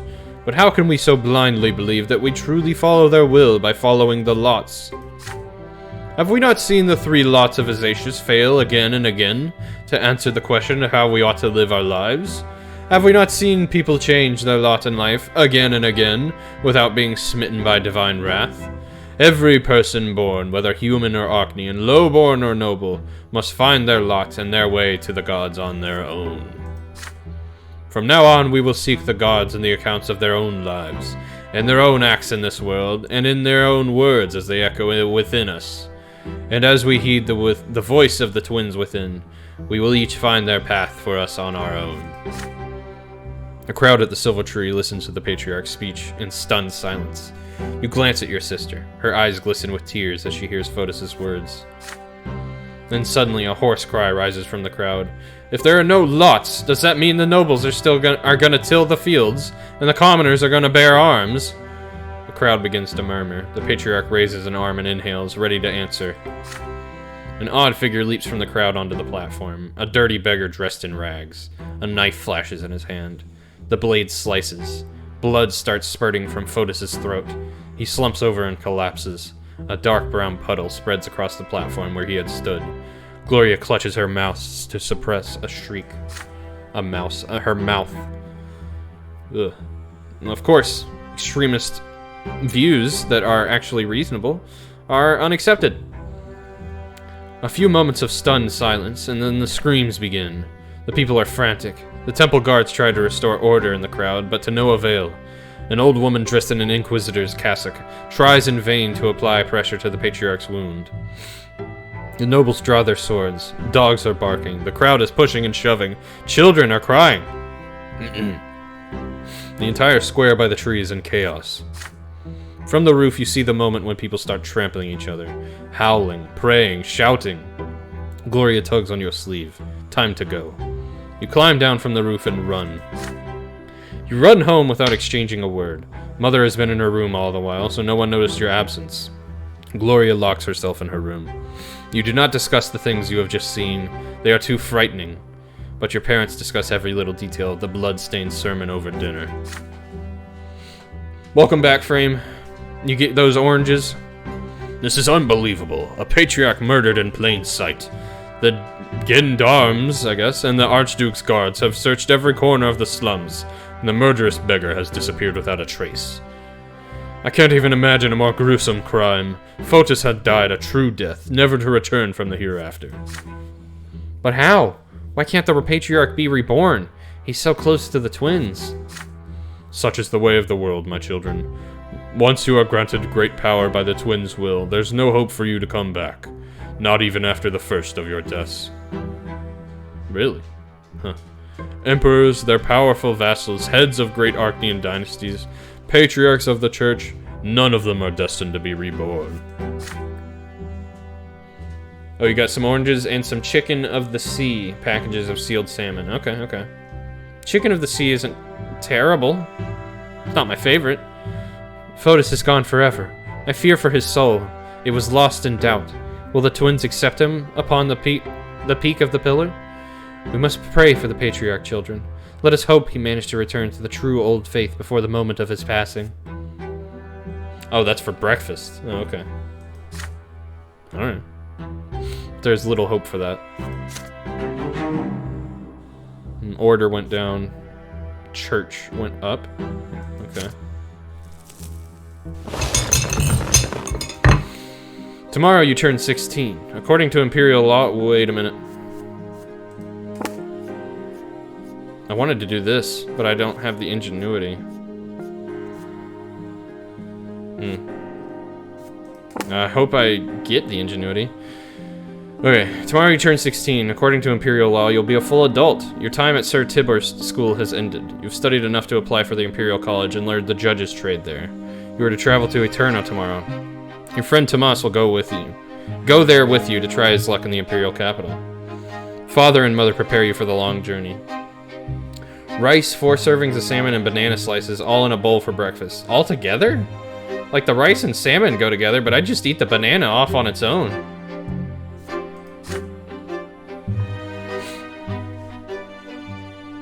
Remember, son, there is only one goal for you. You must become a student at the Imperial College. Your teachers dragged you through all those books for a reason. You have the knowledge and fervor to be ennobled by the mantle as I was, and as my late father was before me. And who knows, maybe one day you will be the one to write the name Brante in the blue book and ensure that your children's children will be noble by birth. No, altogether, just shovel food. Okay, Frame. Alright, buddy. Then Mother speaks to you carefully. There's worry in her eyes. But Robert, there may be another path for our son. Stefan, your firstborn, was born her noble. He will surely earn the title for the entire Brante family. Your second son bears the favor of the twins. For him, the path of the priest is a worthy calling, no less than a nobleman's sword. They have been arguing about your future for a while now. Still, she would never defy the will of a nobleman and her husband. You smile at them both, trying to placate them. Gloria laughs quietly behind their backs. Just don't become a snoot like Stefan and you'll be fine. Mother chides Gloria for that. You wink at your sister. Nathan has been downcast all evening. He barely touched his dinner. When everyone gets up from the table, he suddenly rushes over to embrace you. Please don't go, Lucius. Can't you stay? I don't know what I'm going to do without you. You tussle his hair in response. There's no way you can stay now, you say. But when you come home, and you will come home, you'll tell him all your stories and bring him a special present from Eterna. This is it. All your lessons have been learned. All your things have been packed for the road. You will leave the family home tomorrow. Tonight is your last night home before your departure. You walk through the rooms one last time. The sitting room where Mother used to read you fairy tales. The library where Gloria used to spend all her time. Father's study, which you entered only on special occasions. The backyard where you taught Nathan to build towers one summer. The whole place feels so familiar, so dear to you. It feels like home. You lived here for 16 years. Will you ever return? It is getting late. Everyone is already in their rooms. But you hesitate. Father, Mother, Gloria, Nathan. It'll be a long time before you see them again. Who will spend your last few hours with?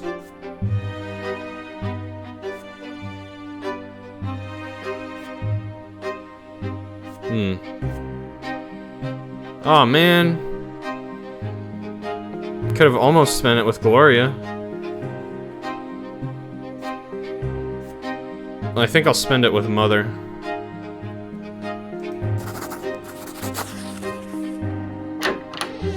You open the door to Mother's room. She's kneeling in prayer. Her back is to the door and her whispers fill the room. She turns around and smiles gently when she hears your footsteps. You want to spend tonight with her before you leave. Mother reaches out to you. Come with me, Lucius. There is no need for anybody else to hear us. You walk silently downstairs, enter the empty sitting room, and light the candles. You are so close to the gods, my son. I knew it as soon as you were born. I saw them watching over you closely. Let us pray together, my son. May the twins know you honor their every touch. You stand by Mother's side as she whispers prayer after prayer. First, she offers gratitude for the life and lot you have been granted. Then, a plea to show you your path through the world, for it has no mercy. Next, a promise to heed and obey their every call. There is such fervor in her prayer, such piety. You know for certain as you pray with her that the gods will provide for you. They will ensure that your path is true, for there is no other way. The sun is about to rise. You should rest before the long trip, but you are not tired at all. On the contrary, you feel lucid and clear-headed. Mother embraces you once the prayers are done. My son, life is hard, but it is just. More so for those who follow their lot. Remember, be humble in your words and work hard. But before you go, Mother removes a pendant with the twins' cross and puts it around your neck. You return to your room and get into bed. You can see the shining pillar from the window, glowing gently against the twilight morning sky. All your worries about the long journey are no more. You feel calm and serene. Nice. Leave the family home for a long time.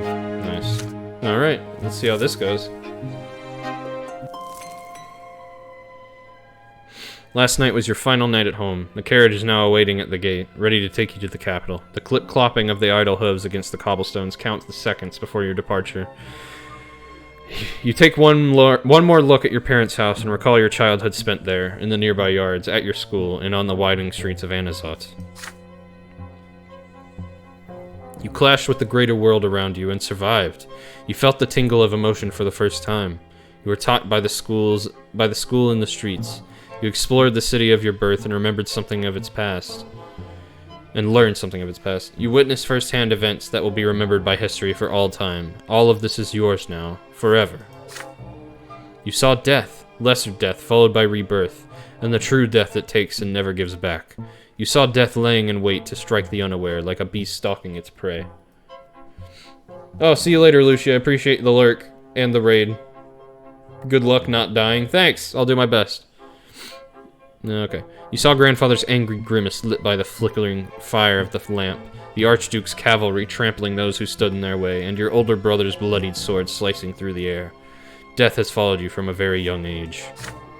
And yet you live on. You have a friend who has been by your side all these years. Tomas taught you many things. How to take a hit, how to keep your word, and how to remain true to your own self. And now Tomas is walking to the same carriage as you, with a heavy bag slung over his shoulder. Your friend will remain your companion for the time being.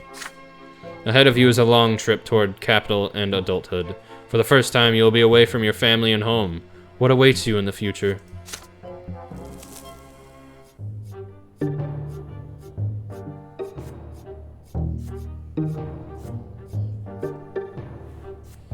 Okay. Let's see how it got summed up. Okay, so I got a lot of nobility. That's cool. A small amount of ingenuity and a good amount of spirituality. Okay. I died once. I still have 3 more deaths. I have 2 more deaths and then 1 true death. So I'm okay with that. I have entered youth. I think we get a cutscene here. Leaving my hometown behind, I set out for the capital of the Empire. There, I would discover my role in society. Okay.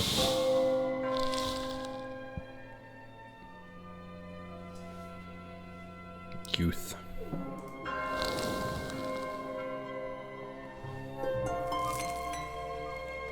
The driver flicks the reins. The carriage slowly sways as it starts moving away from your home. You stick your head out the window and wave goodbye to your family. Nathan is running after the carriage with Tomas's younger brother in tow, tears glistening in their eyes. Fucking pussies. It hurts to leave your home behind. Ahead lies Eterna, the imperial capital. You've often read about it and heard stories from Father and Stefan. It is a city that surpasses Anazat enormously in terms of size, age, wealth, and beauty. But what is it really like? What kind of life awaits you there? What will you learn there, and where will your actions take you? You pass the old walls of Anazat. Somewhere within them is the old fortress you and Tomas built together, out of the old wooden planks, now left to the care of your younger brothers. You two are adults now. Perhaps your fortress will crumble, now abandoned, or perhaps your brothers will continue what you started. Who knows? You look down at your hands, knuckles covered in scars from street antics, fingers stained with ink. Mother gave you a cross to wear away from home, and now you feel its warmth against your chest.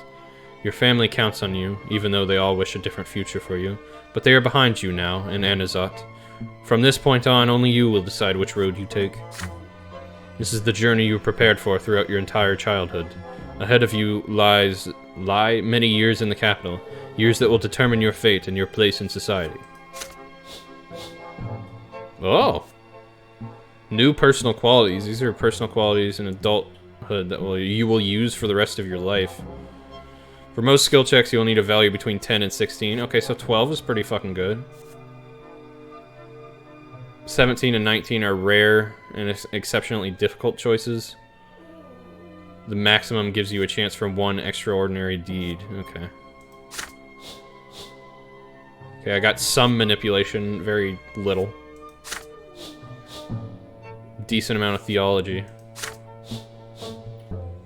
Weak in battle, but noble. Okay, okay. A little inexperienced with scheming. Not too eloquent. Alright, alright, okay, we'll work with these abilities.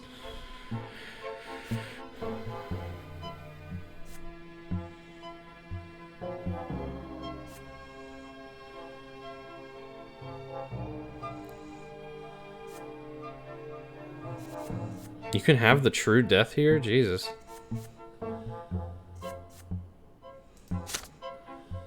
Alright, we got lots of stuff going on in this one.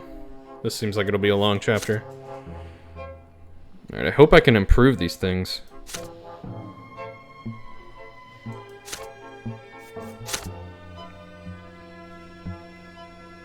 I am 16. So, you know, prime time to become, like, real man. It takes a whole month. It takes a whole month to reach Eterna. You and Tomas spend the days wagging your chins and staring at the scenery as your carriage makes its way along the road and towards the next province. Soon it crosses from the familiar barren, arid lands of Magra to the stately mountains of Illyria. Okay. Since this is a solo D&D campaign, is the dev the DM? Yes. I mean, essentially. I make the choices and he knows how they're going to play out, so yeah, he's the DM. That's one way of looking at it. I need to turn down my light a little, hold on. There we go. Not so bright on my face. During one of your many stays at a roadside inn, the two of you even manage to share a whole bottle of strong wine and keep it a secret from the servant who drives the carriage. Adult life feels positively intoxicating. Soon, I tell you. Soon we'll be there, and I'll earn my sword as soon as I get accepted into the military academy. You'll see. And then nobody's gonna walk all over me like I'm some commoner. Keep rehearsing everything they taught you in school. Soon you are almost at the end of your long journey. You have left behind the arid rocks of Magra, the mountains of Illyria, and the flooded meadows of Archnia. Eterna, the capital, is right ahead.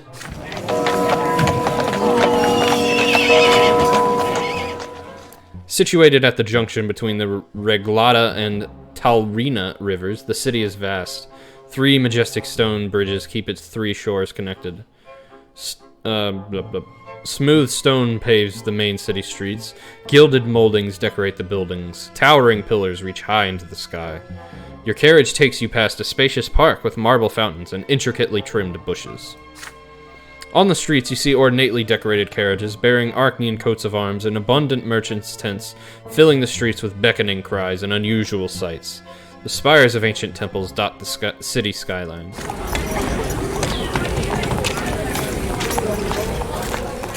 The carriage comes to a halt on a large city square with a towering marble fountain. The coachman says you have arrived. Tomas is to apply to the military academy. The academy barracks are 2 streets away. Your lodging house is in the alleyway nearby. A room has already been reserved for you. You get out onto the street and say brief goodbyes to each other. You promise to meet again after the entrance exams. Then your friend disappears into the crowded streets of the capital.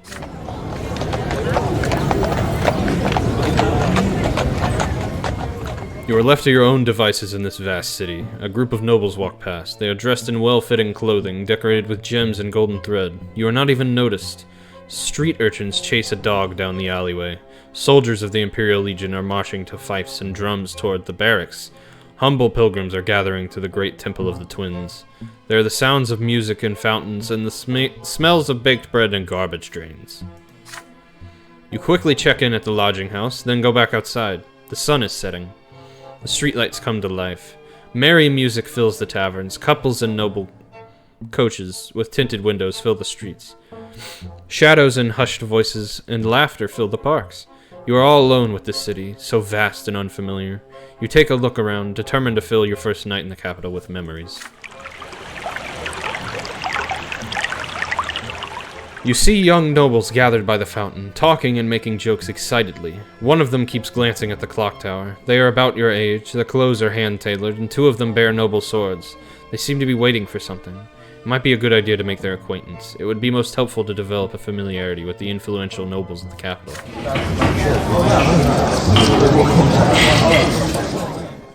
Loud music from a large establishment on the corner distracts you for a moment. The servants have just opened the shutters to air out the hall. It seems there will be a gathering inside.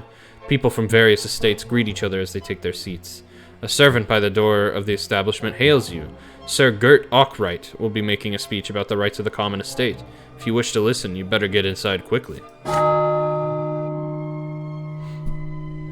Then you look at the great temple of the twins at the far end of the street. The pillar shines in the evening dusk above it. The temple gates are open and worshippers are flocking inside. There are too many people for an ordinary service. This must be something important. What do they preach here at the capital? What do they say of the new faith and the teachings of Patriarch Fotis?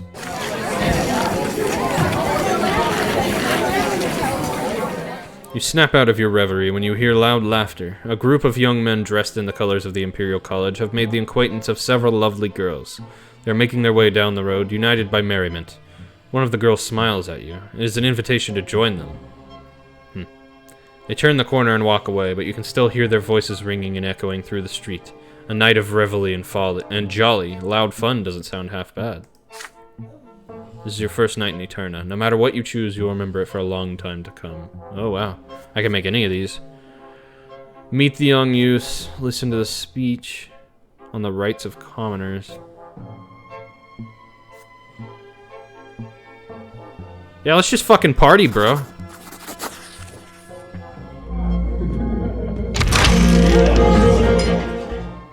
The students' merriment is infectious. You join their group. They are almost your age, maybe 1 or 2 years older. You see so many faces, and soon you are in a tavern somewhere in the city, getting to know so many people at a massive table.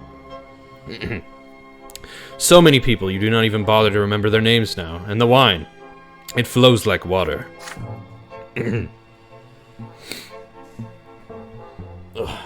A lively tune is playing in the tavern. A girl just a little bit older than you pulls you off your seat to dance. Her dress is unbuttoned a bit more than it is supposed to be. She smells of wine and honey. You copy her motions in the dance as your hand clasps her waist. It slides lower of its own accord. Ooh. Spicy. She pulls away suddenly and stares into your eyes, then kisses you on the lips. You are startled at first, but soon you respond to the kiss as you pull her soft, supple body even closer to you. You spend all night dancing, only returning to the table to catch your breath and quench your thirst. The girl keeps embracing you and laughing and pouring even more wine into your glasses. You feel at ease, you feel carefree, you feel happy. Nice. You do not remember returning to the lodging house, that's funny. Your head and legs are aching in the morning. You can barely remember the names of last night's companions. After some consideration, you choose to remain in bed for the rest of the new day. It's good. It's a fucking party, bro.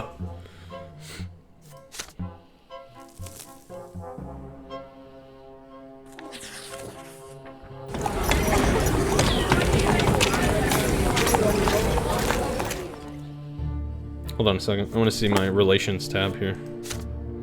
Nice. Trusting. Oh, she looks different. Look at her. She looks like a badass. Meanwhile, she sucks. I remember you. I don't remember you. I really don't. Anyway, I was just looking at that for funsies. Okay. You've spent the last 3 days studying books, but today you decide to take a walk through the streets of Eterna. They are full of life as usual. You proceed to the square next to the lodging house. A procession of priests walks through the square. You notice that one of them holds a banner of the new faith, an open book. This is the same banner that was behind Patriarch Fotis on the day of his assassination. A crowd immediately gathers around them. Many people are looking at an icon painting on a small pedestal, depicting a gray-haired man with glowing green eyes. You recognize that face. The face of the late Patriarch Fotis. A man with a thick beard appears by the icon painting. His broad shoulders bear a white and gold cloak with the coat of arms of the capital province embroidered on it. He is Luke, Patriarch of Archnia. He casts his stern gaze over the crowd. I speak to all who live within the sight of the Shining Pillar. Exactly 1 year ago we lost Fotis, Patriarch of the Magra province, mentor of the new faith. Patriarch Fotis was the first to see the books of Azatius for nothing but the words of a man, not the words of the twins themselves. He was the first to tell people to seek the path to the gods in their own hearts instead of blindly following the lots, to seek answers in the lives of the twins in their own hearts rather than the words of priests. Through Patriarch Fotis, we were able to see the truth. Through his death, we saw that his words are not heresy. They are the truth that used to be obscured by Azatius' lies. And now I bring good news. Patriarch Junius Diamant has seen to it that our teacher shall be canonized as a saint. Yes, Junius Diamant, an Archnian from a great dynasty and the Patriarch of Astinia, has joined the new faith himself. And through this, we hope that the entire Empire will soon see that our doctrine is the truth. We are free from the shackles of the lots. We are equal before the twins. With each day, more and more people hearken to the truth. And one day the entire Empire will hear our call. So let us pray, my brothers. The believers around you bow their heads in prayer and thank the twins, not for the lot they were given, as they usually would, but for the chance to choose their own path. Patriarch's sermon is inspiring. It compels your hands to meet in a sign of prayer. It compels your lips to repeat the words of the new faith. Patriarch Luke's sermon forms a cadence, and your heart beats in time with it now. You recall the murder of Patriarch Fotis a year ago. It seems more patriarchs share his doctrine now. The news of Junius Diamant joining the new faith is stunning. If an Archnian from a great dynasty is side with Fotis' doctrine and agree to see everyone as equals under the twins, the new faith must be truly putting down roots. Oh boy. But suddenly several figures appear by the podium. Figures clad in black with glinting silver on their sides. Inquisitors. They push through the crowd and form a circle around Patriarch Luke. One of these priests rises before the crowd. He is clean-shaven, tall, with chiseled features. Everyone falls silent at the sight of him. The Inquisitor speaks with a booming voice that can be heard by all. I am Father Ulrich. In the name of the twins and by my right as an Inquisitor, I order you to turn around and leave. The words you're hearing are full of lies. Patriarch Luke has set out to poison your hearts and minds, and the Inquisition will not allow this heresy to spread. The only true path in life is the will of the twins. Life offers us no other choice.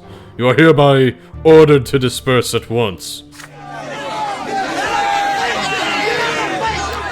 Most people leave the square immediately. Few want to get involved with the Inquisition. Some people stay, however, and some even shout angrily, "We want to listen to Luke! He's the Patriarch of Archnia, and he has more to say. Get away from our sermon, old believers. We will not listen to you and your hoary old lies about the lots." Inquisitors, bring those who may yet listen back to their lots, and leave the others to the champions of the faith. The black-clad inquisitors descend from the podium and approach the people who chose to stay. With nothing but their words, they make people stop shouting and start listening. The uproar ceases quickly. They have dissected the crowd, split it in smaller groups that surround each inquisitor.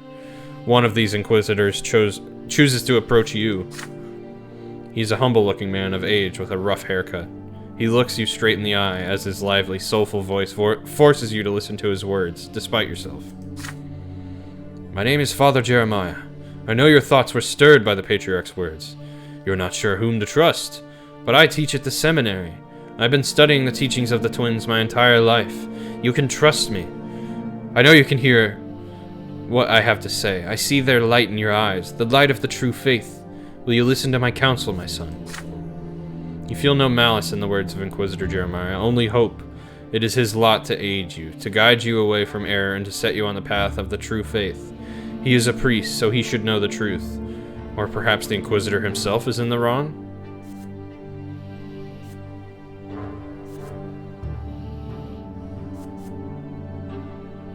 I will debate him.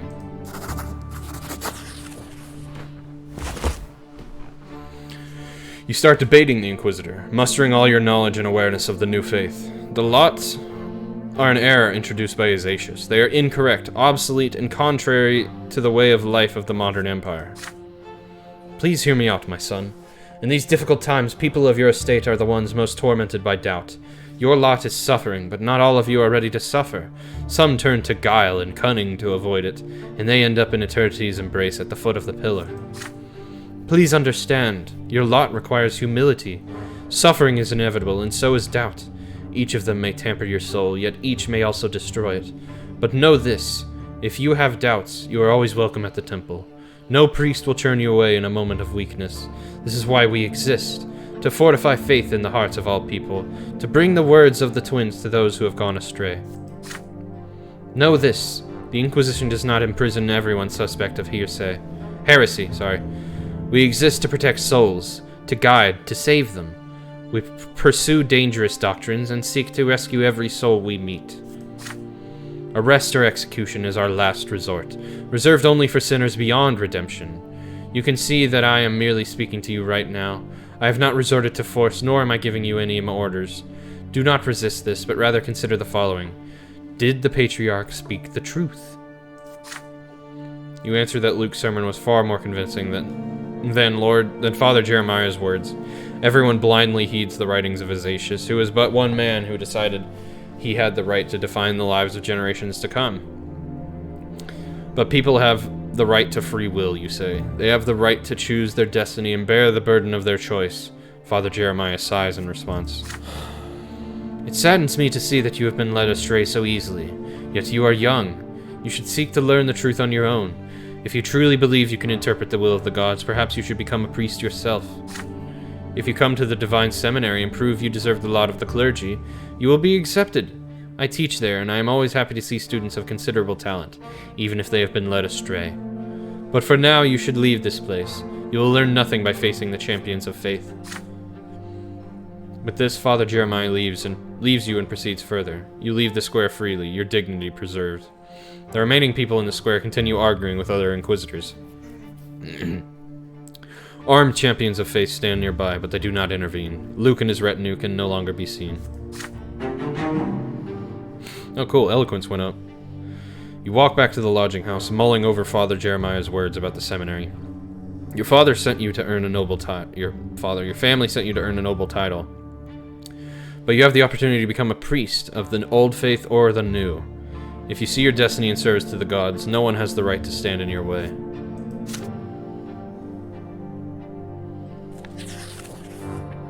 Okay.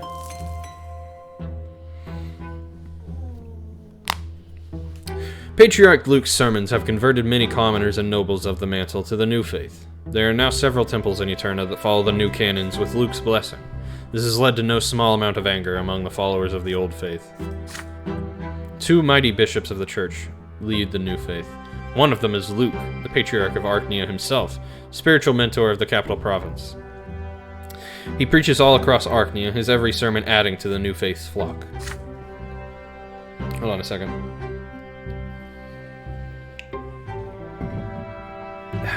The other leader of the new faith is Patriarch Junius Diamant. Hailing from a great Archnean dynasty, he is the de facto ruler of the Astynia province. Adored by his subjects, he has founded the Holy Order anew. Junius Diamant rarely preaches, but people believe the Astynian Patriarch attends to the needs of all who convert to the new faith. The schism within the church is growing. The split is further to divide between commoners and the nobles, though thankfully there has been no direct conflicts as of yet.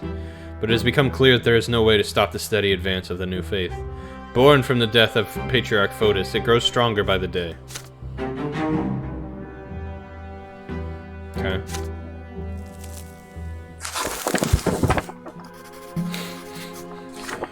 The next few weeks pass by in hard work in preparation for the coming entrance exam at the Imperial College. You grow more and more exhausted with each passing day, so much so that one night you fall asleep while studying another book. When you finally come to, you decide it is high time to get some recreation outside. The city of Eterna amazes you as you stroll through its splendid streets. It is another night, a different night, yet the city is beautiful still. The shining pillar is a slice of light against the dark night sky. The lamps on the facades of the buildings are lit. Night descends on the capital. You don't feel like going back to your books tonight. Oh, these people again. Recently you made the acquaintance of several young men. They are children of the nobles of the mantle, just like you, sent to the capital to earn their noble titles at the college. You decide to seek them out. Your new friends are having a late dinner on the next street over, loudly discussing their plans for the night. Some speak eagerly of a dueling club where you can see the most skilled and ardent duelers in the Empire doing what they do best. You've never seen professional duelers fight. It must be far more exciting than Father's fencing lessons or that fight in the ruins in Anazot. And if luck favors you, perhaps you can even make useful contacts among the noble families in the capital. The others try to convince the rest to take a trip to a certain secret salon. The establishment is expecting a guest tonight. They say a young lady who speaks about the true state of affairs in the Empire. There are many questions about the nature of the place and identity of the mysterious speaker, but the young men have only one answer. They are forbidden to speak about this outside the club. Of course. However, they can take you there as long as you aren't afraid to learn a dangerous truth.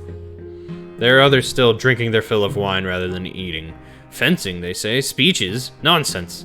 The place you ought to go tonight, they claim, is the Marknean Society, a gathering for those of common estate but uncommon opinions that offers pleasure for everyone. Pleasures of the palate, pleasures of drink, pleasures of the flesh.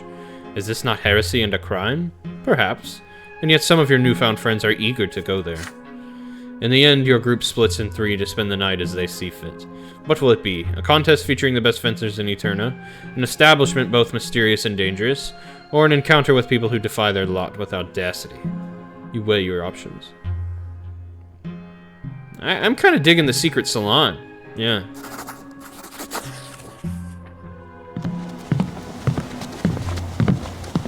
See... The secret salon is an unremarkable wooden building, down an alleyway a few blocks from the Great Temple of the Twins.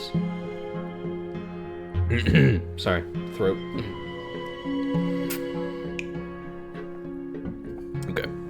A couple of tough, taciturn fellows at the door eye you suspiciously. Their faces are obscured by hoods. One of your newfound friend nods to them, and you are allowed inside. The inner rooms are stuffy and overcrowded.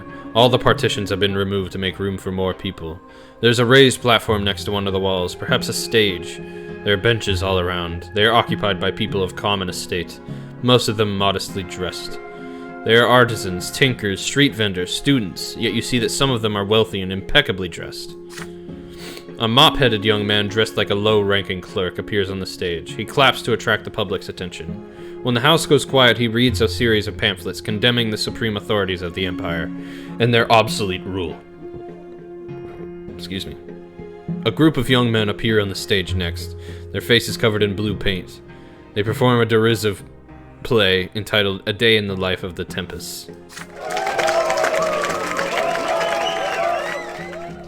The performances are many, but their goal is always the same. They all claim the Empire is stuck in the past and has to change.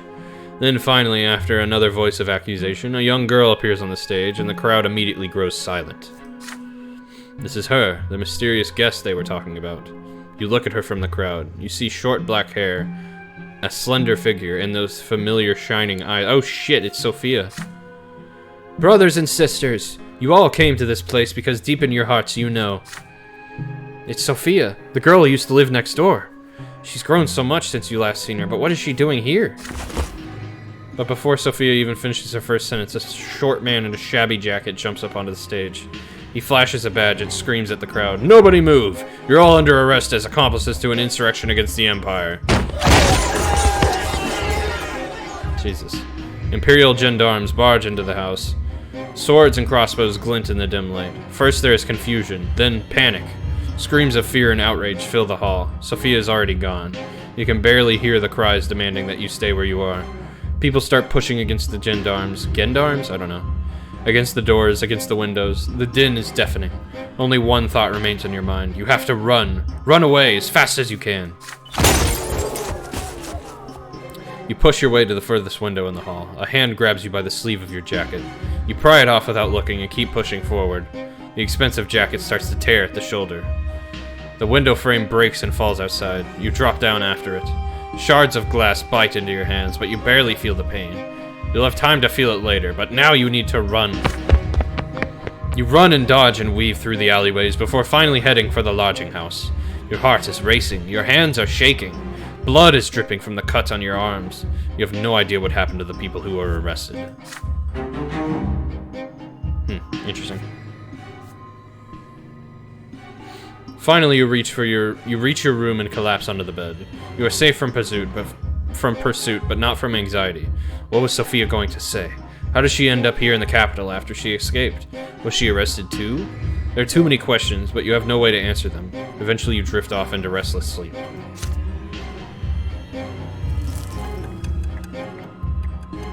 Okay. We're now 17.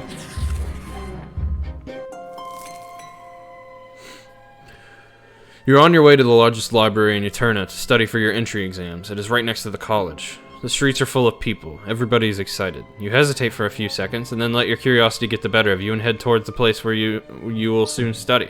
Before long, you hear the shouting. The Great Chancellor is about to give a speech about the future of the Empire. You cannot possibly miss this. You mix with the crowd and soon find a convenient place to listen and watch what is about to unfold. On the steps of the college, you see a small tribune guarded by 2 Archneans armed with swords. This is the first time you've ever seen an Archnean standing guard, let alone 2 of them. The doors of the college open to reveal a stately Archnean surrounded by an honor guard. It is he, Cornelius Tempus, Great Chancellor of the Empire, younger brother to the Emperor himself. He heads for the tribune and casts a look over the square. It is full of people in awe and utter silence. Long ago, humans witnessed the Archneans' arrival. The 2 nations built the Empire side by side. The provinces joined us one by one, and Magra was the final province to attain the absolute might and majesty of the blessed Archnean Empire. Yet there was another great event long before that. 1,000 years ago, the twins had graced us with their presence. With their arrival, the twins granted us their will. They showed us their love and their law, and they granted us knowledge of what awaits in the hereafter. They chose the dynasty of the Tempest to rule the Empire, and from that day forth our dynasty has ruled this land, ordained by the gods themselves. However, it is our duty to the twins not to seek power for power's sake, but rather to lead the Empire to further prosperity. And so the Great Imperial Council is soon to review and adopt a new set of laws called the Creed. Under the Creed, all the states will be granted rights. Under the Creed, there will be one law for all Imperial citizens to obey. Human or Archnean, from the lowliest commoner to the Emperor himself. Interesting. The strife among the estates will end. A single law will resolve all of our quarrels. Glory to the Empire. Great Chancellor throws his arms into the air. The crowd murmurs and applauds in approval. Cornelius Tempest casts another look over the crowd and leaves. The crowd disperses. The sounds of agitated discussion are everywhere. Is it true that the Emperor's dynasty seeks to grant equal rights to all estates? What will happen to the Empire, then?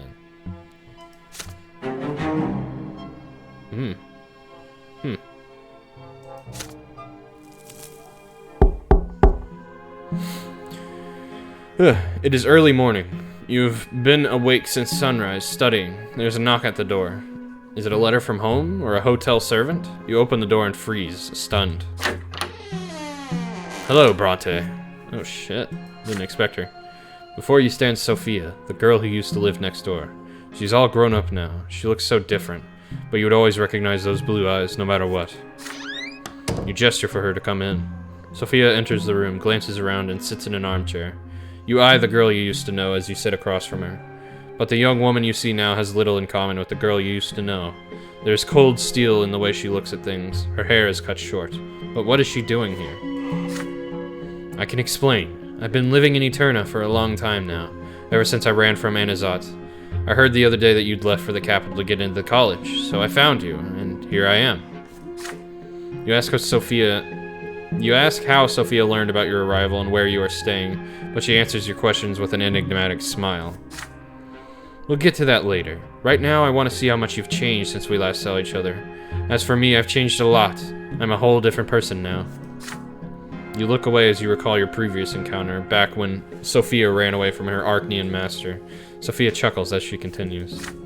Would you like to know what happened next? I traveled through the entire Empire all alone. I had nothing. My journey ended only when I reached this place. The capital, with all its important people and events. This is the heart of the Empire. It's a place where I can make a difference. I've made friends here, found people I can truly call my family, and I've even gotten an education of sorts. And I have a purpose now. I fight against injustice. I fight against the lots. I fight those who treat our lives like mud on the pavement. And no, I'm not afraid to tell you that. I came to you for a good reason. I need help. I know you. I have faith in your good heart. And besides, this is about the Imperial College you want to enroll in.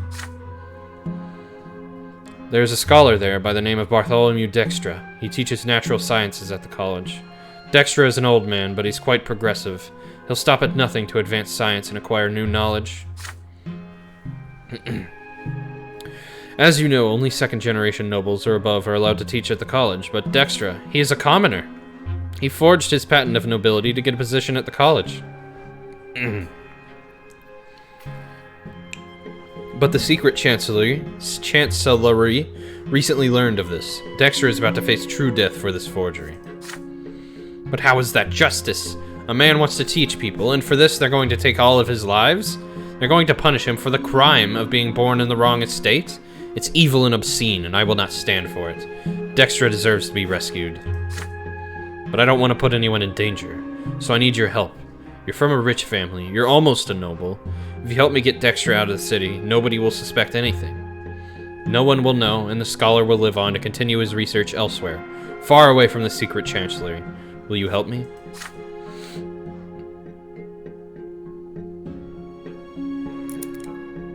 You feel perplexed by Sophia's sudden request. She is asking you to break Imperial law and undermine the work of the secret chancellery to save this scholar. Rescuing Dexter would be an adventure, but it would also be incredibly dangerous. And besides, Dexter is a fake noble. He resorted to lies and deceit to get his current position. How much does this matter to you? Sophia's blue eyes are studying you, waiting for your reply. Oh wow, interesting.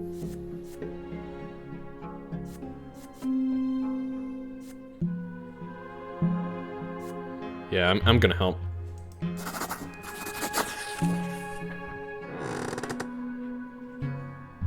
You promised to help Sophia. Bartholomew Dexter does not deserve this. He has to leave the capital. She can count on you. I knew I could count on you. Then we must act at once. There's no time to waste. Dexter is to be arrested tomorrow. Here's his address. Go there as soon as the sun sets. No one will suspect you. Dexter often tutors young men for the college entrance exams. Tell him the owl sent you. Use the back door to get out. A carriage will drive up to the backyard. The driver will hoot like an owl. He'll take you to the south gate. If the guards stop the carriage, just talk your way out of it. Once you're outside the city, Dexter will ride away in a different carriage. You'll go back the way you came. I'll meet you in Majesty Square. You nod to her words, and your hands start to shake. You're about to go against the secret chancellery. You're about to help someone escape punishment. To defy your own lot like this, it's unthinkable. When the sun sets, you leave the lodging house and walk quickly, glancing over your shoulder repeatedly. Bartholomew Dexter's house must be somewhere around here. You find the place. A genteel old man opens the door. His face is covered in wrinkles, his shoulders are stooped, and his eyes are sharp and lively. Bartholomew Dexter looks at you for a moment and then asks why you have paid him a visit. You tell him you want to enroll in the college and you are looking for a tutor. Dexter nods and invites you inside. Once you make sure nobody else can see or hear you, you whisper to the scholar about the real reason for your visit. The secret chancellery will be coming for him tomorrow, and he has to leave now to escape true death.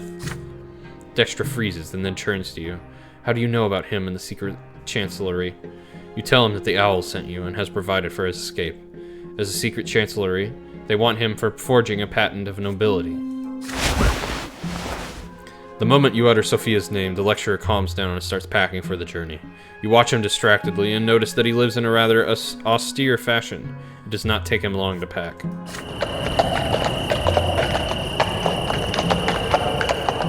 You hear the quiet clacking of hooves in the yard. Carefully, you and Dexter proceed to the backyard of the building. You see a carriage there. The driver hoots quietly. You get in. The carriage rolls down the road. There is tense silence in the closed-off space inside the carriage. The scholar wrings his hand anxiously. Through the carriage windows, you see the massive city gates passing by. You're almost outside the city, but then a loud voice reaches you. Halt! The driver obediently halts the carriage. 2 city gendarmes approach you. You leave the carriage to face the gendarmes before they can get a peek inside the carriage. They look you over and ask where you're going so late at night. You tell them you are a son of a judge in Magra, here to enroll in college, and right now you wish to visit the estate of a newfound friend. To convince them further, you mention the name of a noble's son you have become friendly with. The gendarmes release the carriage and wish you a pleasant trip. You drive along the high road until you encounter a pleasant wagon. Dexter will take it to seek refuge far away from the capital. Before the two of you part ways, he pats you on the shoulder and tells you that you've done a truly brave deed. You return to the city without incident. You find Sophia in Majesty Square, as agreed, sitting on a bench by a streetlight, reading a book of some sort. She closes the book when she sees you and offers you her hand. So, did everything go according to plan? You nod. Then we've earned ourselves a bit of free time. Let's go. You set off on a walk through the maze of narrow back streets. Finally, you have some time for questions. What happened to Sophia over the last 2 years? She was just a girl before, a servant. How is she now a revolutionary? Sophia just smiles sadly. You've seen what I can do. I'm not just a girl. The Inquisition caught up with me when I ran away from Anazat. I ended up in the House of Humility, a dreadful place. I got collared. Do you know how it feels to lose your free will? Losing everything that makes you you? She unclasps the tall shirt collar that had been hiding her neck all this time, and you see the round mark from the anti-magic collar. They say a scar like this will remain even after a lesser death, but I got lucky.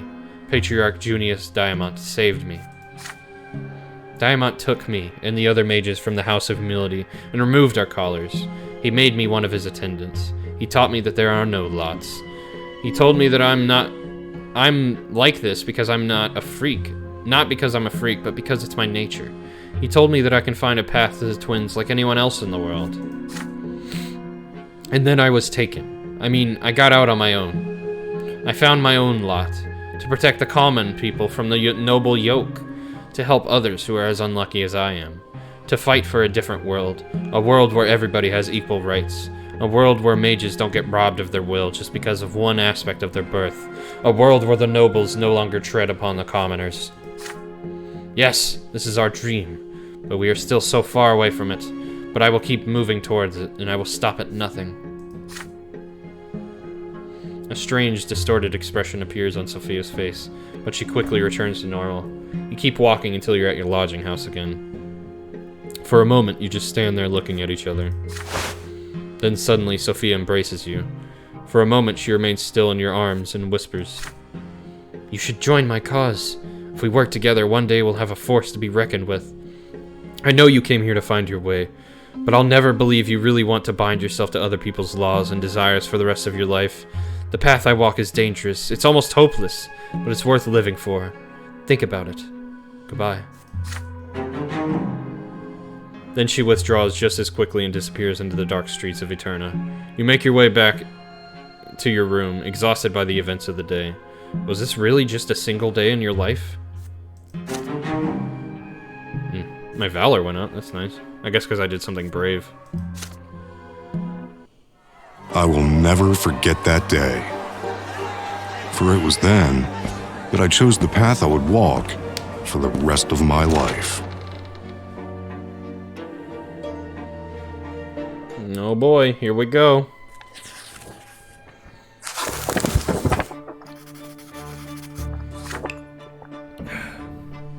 There are only a few days left until the Imperial College entrance exam. History, law, theology, you spend all day reading and rereading the books you brought with you, staying at the Library of Eterna for hours, sometimes until it closes.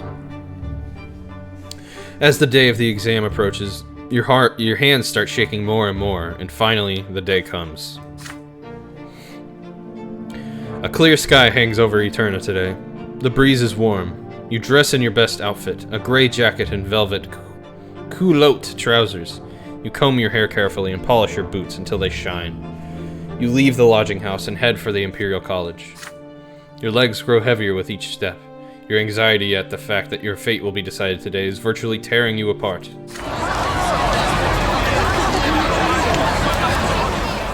The college is a majestic building that looks not unlike a castle. In the square in front of it, you can already see several dozen people. Young men, sons of nobles like the mantle, sons of nobles of the mantle like you, waiting for the college's doors to open. Time slows to a crawl. At last, the doors open. A stately man dressed in a professor's mantle appears at the entrance. He's the dean of the college. The students-to-be fall silent as the dean gets ready to deliver his welcoming speech. But the silence is interrupted by heavy footsteps and clanking armor. A squadron of warriors emerge near the college, led by Archnean officers. Their banner bears an image of golden grains. The noble militia of Monia province? What are they doing here?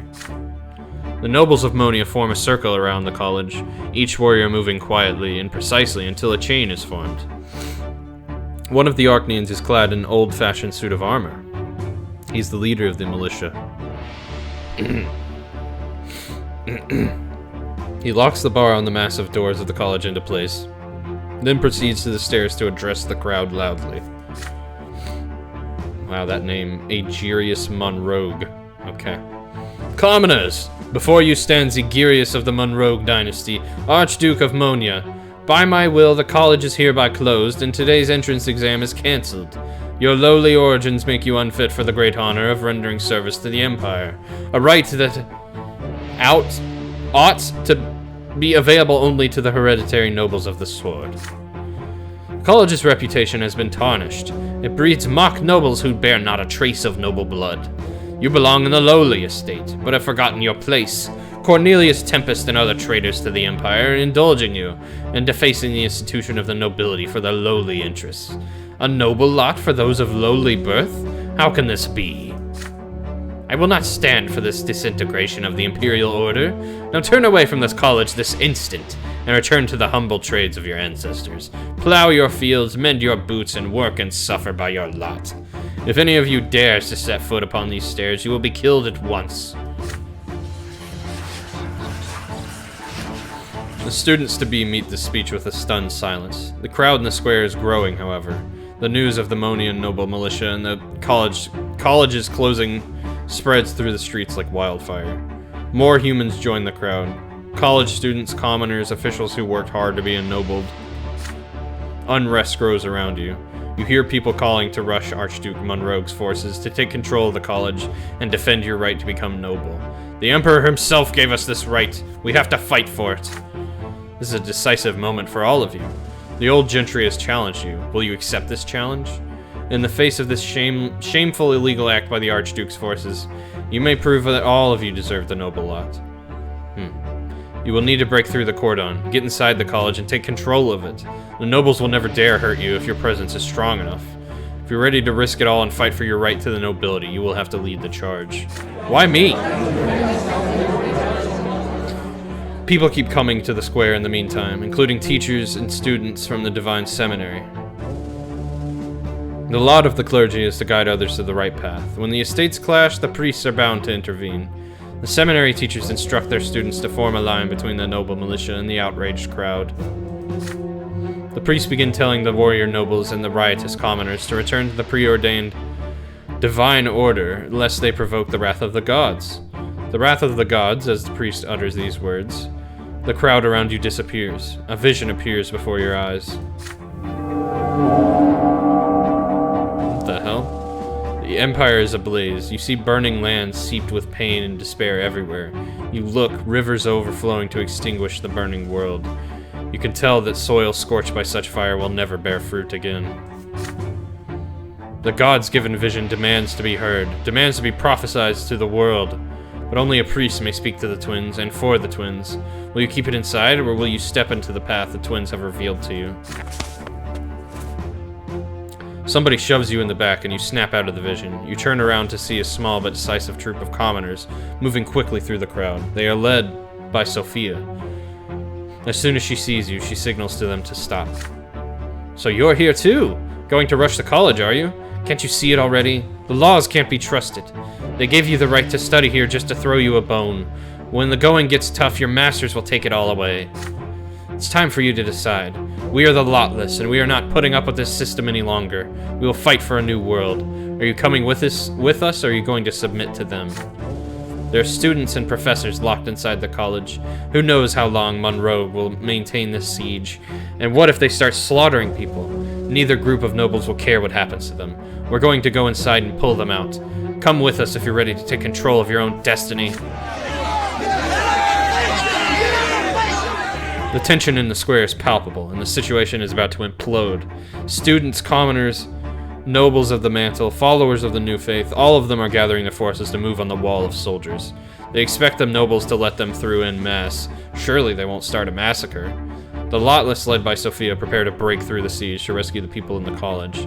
And all the while, the priests preach peace to both sides of the conflict. The college is your only way into the nobility.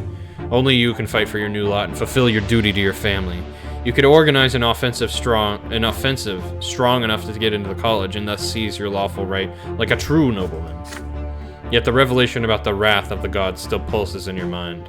Once revealed, this vision will take you on a different path. Standing with the priests and preaching what you have just seen, warning of all the dire danger on the path of warring estates, bringing the twins' word to the people and guiding them to salvation. Could this be your new lot? Sophia and the Lotless. They expect you to join their struggle. They're waiting for you to cast off the old ways and the eternal yoke of subservience. If you choose this path, you will not change your lot, and your suffering will continue. But your suffering might just change this world. This is the moment. Your future life will be decided here and now. Shit, man. I can pick any of them, too.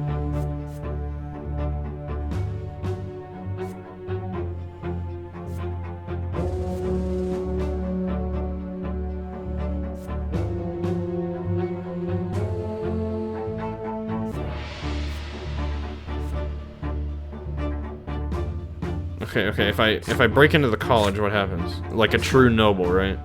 Like a true nobleman, yeah.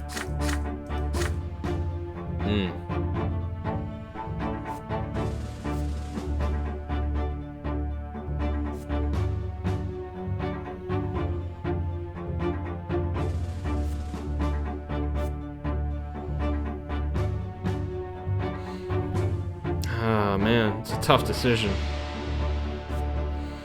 See, it's like if I join the noble whatever lot, I feel like I can change it from within, maybe.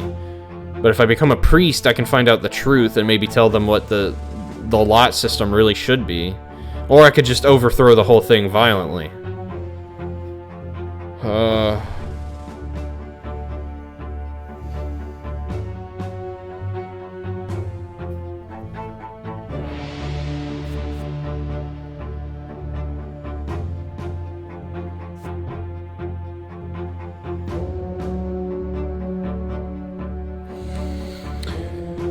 I'm going noble.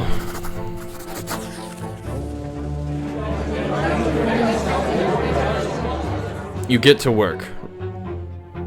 Recalling the books. Very noble, much wow. Thank you, Frame. You get to work. Recalling the books on military tactics you used to study as a boy, you call out to the students and children of nobles around you and assume command. They hear you and they listen. You stand together in close formation and march toward the weakest link in the line of nobles. More people joining you along the way, a veritable phalanx of young men, armed with nothing but determination, against the noblemen's swords. The noble militia readies their steel. The Archnean officer in command of this section halts you and orders you to turn back. 1 second.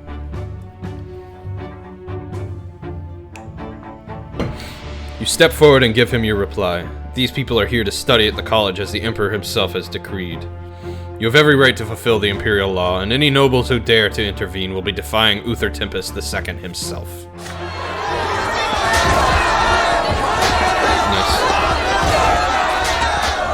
Your plan works. The officer hesitates when confronted with your words and your vigor. The noble militia is no longer ready to use their swords. This is your chance. You command your forces to focus their advantage in numbers for a singular push, and the militia line breaks. You reach the college gates. More people start running for the breach. The nobles get their bearings quickly enough to restore the line, but your phalanx is already inside.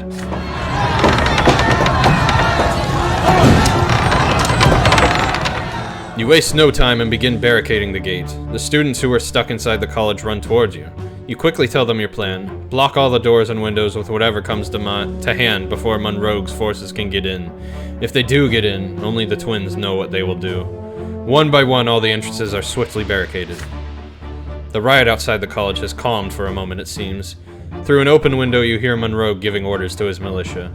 The Archduke is forming a strong perimeter outside the college, ready for a proper siege. Students and professors of the college go to the balcony to negotiate. You are among them. Surrender and leave this building. I am not here to kill or execute you. No loyal subjects will die by my hand. The humans boo and jeer at Monrogue's proposal. The dean himself appears on the balcony.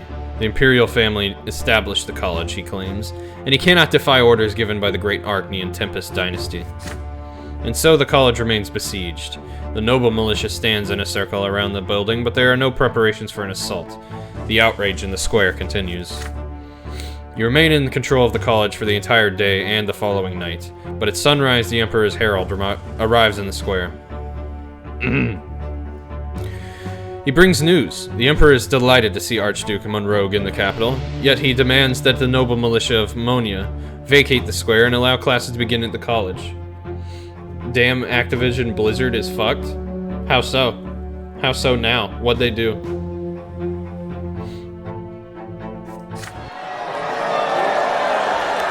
Oh, the discrimination lawsuit claims have been made public. Ooh, yeah. Oof. Get fucked.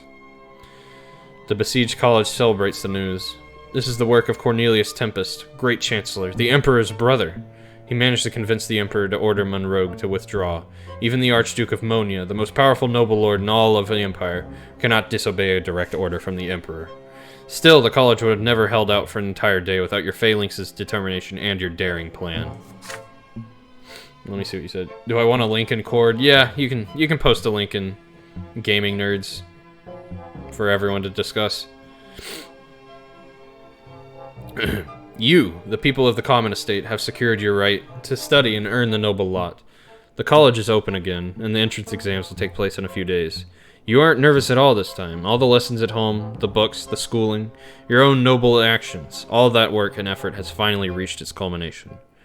The procedure for appointing a provincial overseer, the 5 great Arknean dynasties, the property rights of all estates, you answer all these questions with ease.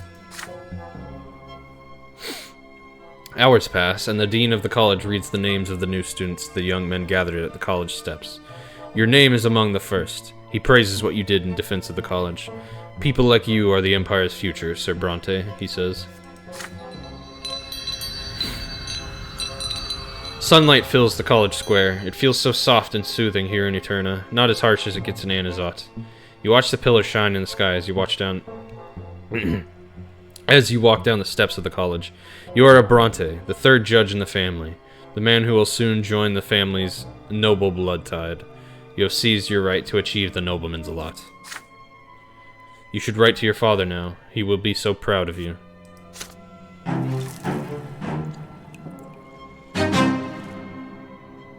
Alright, well, I became nobleman.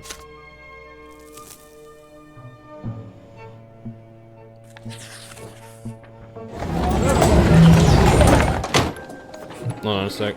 Is my relation with Sophia still good? Yeah, it seems pretty good. I'm still on her side, I just didn't do what she wanted then.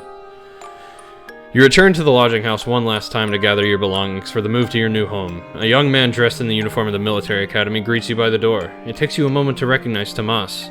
Your friend locks you in an embrace. Brante, hey! How are you? I heard about the nasty stuff that went down in the college square. Those damn gentry would do anything to keep those lowborn folks under their thumb. Glad the situation resolved itself. As for me, I'm an academy cadet now. He is beaming with pride. You invite him in and chat while you pack. Tomas continues to relay the news as you walk up the stairs. I made it in the top 10, can you imagine? Did pretty well in sparring and the sciences. It was all thanks to the help you gave me back at school in Enizat. I'll be studying the art of war now, and then it's a quick march to noble title. How about you? You tell Tomas about what happened over the past few days, and of the path you have chosen. He remains quiet as you speak. Both of you realize that you may never see each other again. You know, Brante, here's what I think. You may have your own path in life, but you're my friend. We're gonna make sure our friendship lasts forever, no matter what happens to us. Here, I brought 2 brass rings. If the old tradition is to be believed, both the rings and their wearers will always remain close to each other, no matter where fate takes them. What do you say? The 2 of you grew up side by side. Tomas, the audacious, hot-blooded, sharp-tongued boy who used to live next door. You can't imagine your childhood without him. But would it be right to promise him that your friendship will last forever, no matter what happens? 2 rings made of plain brass lie in his open palm. If you wear these rings, you will be bound by ties of friendship for the rest of your life.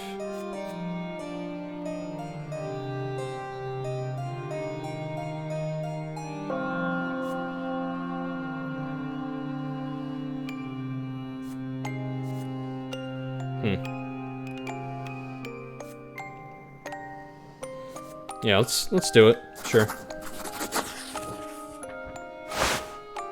You take one of the rings from his outstretched palm. The 2 of you have walked side by side ever since you were children. Even now you are walking in the same direction, toward a noble title, you as a judge and Tomas as a warrior.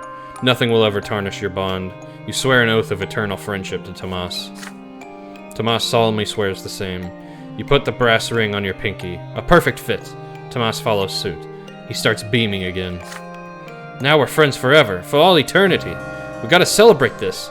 Come, I know a place. I gotta show you. Tastiest mead I've ever tried, Brante. My treat. Bound by friendship. The 2 of you go to a noble salon by the square of Emperor Severin. Okay. Surrounded by tobacco smoke and mead bottles, you wag your tongues. Recall the days of your adolescence and make plans for the future. Nobody knows what could be waiting for you, but you promise you will never lose sight of each other. Well, that's sweet. I like that.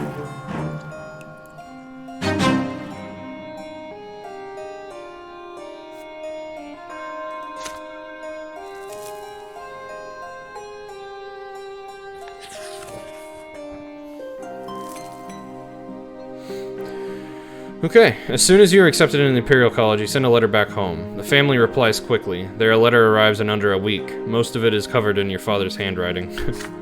I am so proud of you, my son. I believe your grandfather takes pride in you too. You've brought our family one step closer to being ennobled by the sword. You will make an excellent judge. I have complete faith in your intellect and your will. You shall bring glory to our family. Stefan's congratulations follow your father's. Congratulations, brother! The simple folk could only dream of what you have already achieved. You can thank father and grandfather for this opportunity, but it was you who proved yourself worthy. Once you receive your new lot, you and I will be equals at last. Then some words of praise from Mother and Nathan. You have brought your father much joy and made him proud, and I am witness to this. You now walk this path all thanks to him. Yet it saddens me that you did not consider the Divine Seminary, where you could have dedicated your life to our gods, as well as the Empire itself. You worked so hard for this. We held a big feast in your honor back home. I hope you achieved all you've ever wanted. And at the very end, there is a small note from your sister. Congratulations. Good luck.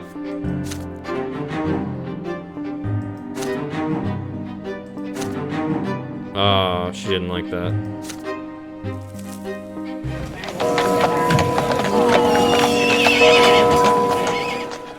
It is only a few days since you became a student at the college. Your education has barely begun when an amazing piece of news surprises all the students. Every year, Cornelius Tempest, the great chancellor and emperor's younger brother, grants an honor to all future nobles of the mantle and invites them to a masquerade at his summer palace. The professors and lecturers instruct you to look and act your best in order to preserve the college's honor. They tell you more about the ball, too. All who attend it from the college must prove themselves with word or deed to the members of the great Archnean dynasties that will be present there. This means the reputation of your home province will be at stake, too. It's time to get ready. You order a proper suit for the occasion and a mask to go with it. It looks simple, but by no means plain, and only hides your eyes. The day comes. You spend an entire morning preparing for the ball. Your fellow students give you hints about how to attach the cuffs, keep the collar straight, and make sure your hair remains coiffed for the entire night. Soon, the carriages start flocking to Cornelius Tempest's summer palace. The tall, ornate outer fence surrounds a sprawling garden in full bloom. The marble paved driveway is so wide it can accommodate 2 rows of carriages. You and your fellow students walk up the massive stairs to the front door of the palace. You seem tiny and incongruous against the background of this scenic grandeur. The Master of Ceremonies instructs all newcomers to seek their province's coat of arms. You see the banner of Magra from far away, depicting the silver tree digging its roots into the murky gray soil. Below it is a banner bearing the coat of arms of the Millennius dynasty. It's still hard to say. Turns out students from the college were not the only ones invited to this party. You see academy cadets lined up beneath the banners too, and Tomas is among them. A wide grin appears on his face when he sees you go under the banner of Magra. I just knew you'd be here today, pal. What can I say? Congratulations, student. As for me, I'm not so bad off myself, see? Military academy is father and mother to me now. His merry speech is interrupted by a tall, proud Archnean in a heavy cloak. You recognize him. He is Dorius Otten, Sophia's former master. Make way for your commander, soldiery. The last time you saw Otten, he was searching in the back streets of Anazat. Hold on. Okay. He was searching the back streets of Anazat by your house for a girl servant. But now the young Archnean's uniform betrays his high standing. He is young, yet he is already the province's commander. Who put him in charge of all the military forces of Magra at such an age? What's wrong? You know him or something? A brief description of Otten is enough to wipe the smile off his face.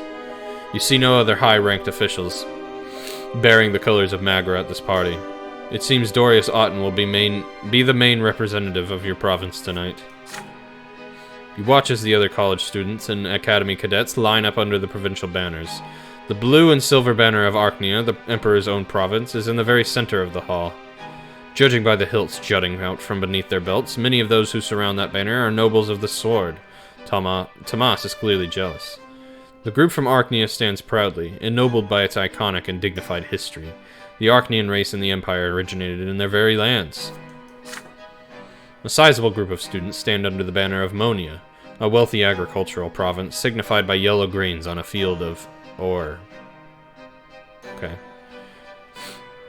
The wealth of the young men beneath this banner is plain to see. Their attire is on par with the Archneans in terms of luxury, and perhaps even more vibrant in terms of color.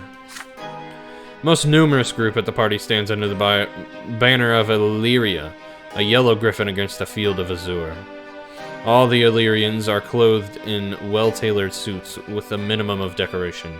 Some of them wear gloves. Most of them come from wealthy industrial families, and it seems many of them would feel more at ease in their family factories than at a noble party like this one. Hello, Sobbingly. That's an interesting name. Good to see you. How you doing tonight, bud? 3 banners represent the northern provinces of Fiona, Hermia, and Constanta. These banners, like the groups associated with them, stand together. The Royal Tempest dynasty oversees all 3 of them. The students and cadets are clearly well off, yet they are dressed in modest functional garments to honor the austere traditions of the North. And finally, the smallest of the groups is represented by an open book against a field of argent. Astinia, homeland of the Diamant dynasty. By the order of Patriarch Junius Diamant, the open book of the new faith has been added to the banner only recently. Nearly all the young men beneath this banner are clothed in academy uniforms. They wear no adornments but are clad impeccably, with nary a button undone. the embodiment of rigor and restraint. The master of ceremonies signals the beginning of the party. It is time for dancing. The first dance is a minuet, and a tradition calls for everyone to dance. Harpsichord music fills the hall. The academy cadets waste no time in finding dance partners, and are soon already making the fluid first steps of the minuet. Minuet? Minuet? I don't know. You'll take a look around. One of the young ladies representing Magra catches your eye.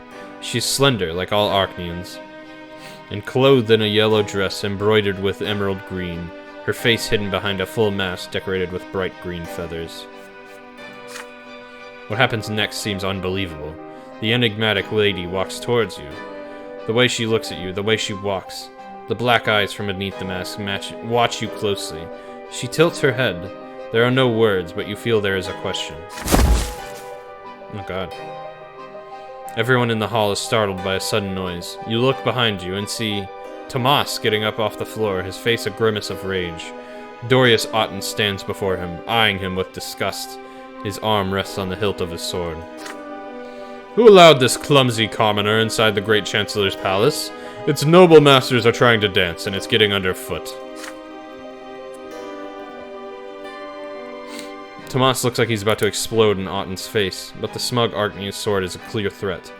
If your friend's rage gets the better of him, he will end up in trouble. The enigmatic Arknian beauty, however, quickly loses all interest in their quarrel. She comes even closer to you, expecting you to invite her to dance.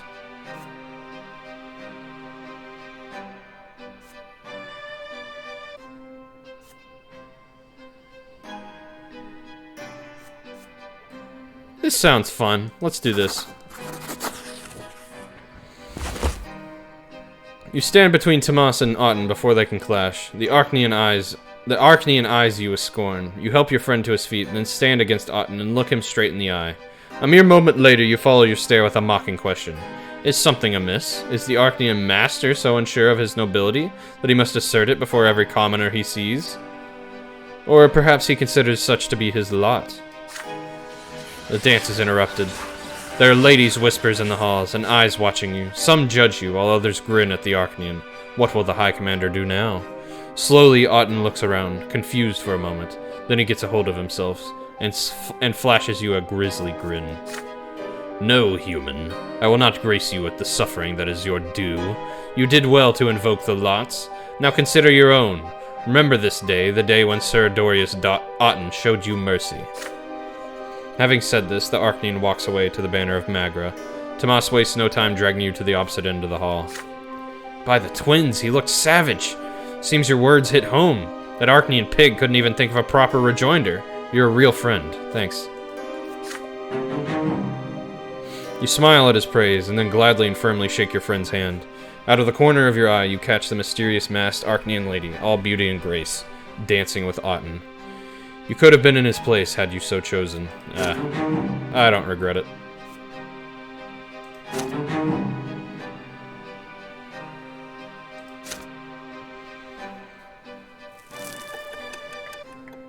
I'm now 18. Okay. Probably, it seems like I'll probably get to 19 and then have to end stream. Most likely. You've lived another year in the capital. Eterna has been shaken by what is now known as the Trial of the 50. 50 people stand trial at once, all prominent members of several political circles. They are accused of treason and conspiracy against the crown. The accused spoke in favor of reducing the power of the nobles and granting more rights to the common estate. There was no mention of rebellion, yet those words alone were enough to indict them. Every session of the trial is open to the public. It is a show of power made to discourage people from forming such circles ever again. You attend one of these sessions. The 50 face their verdict. Forced labor in the mines of Magra and Illyria for regular members, and true death for their leaders. 6 men and 1 woman. Their public execution takes place in the central square of Eterna. You remember the woman. Her name was Annie Siren. She made a speech before her execution. A young woman, not too tall, her face almost plain, with long bangs over her eyes. She looks calm, even at this moment. You cannot believe she is about to leave this world forever. Annie Siren takes a look around before she speaks. Her voice is quiet, but you are close enough to hear every single word. She says she is happy to give her lives, fighting for the rights of the people. Her cause will never die, Annie claims. Others like her will continue their work in hiding, for their cause is right and just. She is dragged away to the others. They put a sack over her head and tighten a noose around her neck. A hand yanks on the lever, and the 7 dangle in the air. Their feet tremble at first, and then grow still. There are gasps and cries of discontent in the crowd. Yeah, the place is kind of going crazy, huh? Your studies at the Imperial College may have begun with a luxurious party, but soon you settle into a routine of lesson after lesson. Along with dozens of other future judges, you spend hours listening to lectures in spacious college halls with high ceilings. You study imperial law and legislation, analyzing every technicality and interpretation. The subjects only get tougher, and the instructors grow ever more demanding as your studies continue. Yet law is not the only thing you study. There are other disciples as well, such as rhetoric and orthography. A true judge must have a perfect command of both the spoken and written word. Washing dark blue ink off your fingers becomes an indelible part of your daily routine. Of all your classes, you find the fencing lessons particularly exciting. Every lesson covers your body with more cuts and bruises, and makes your muscles ache from exertion, but your childhood dream is worth it.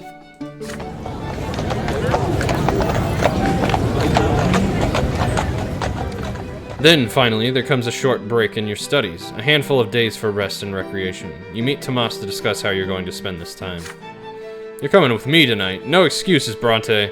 We'll be paying a visit to our mentor, Baron El Croix.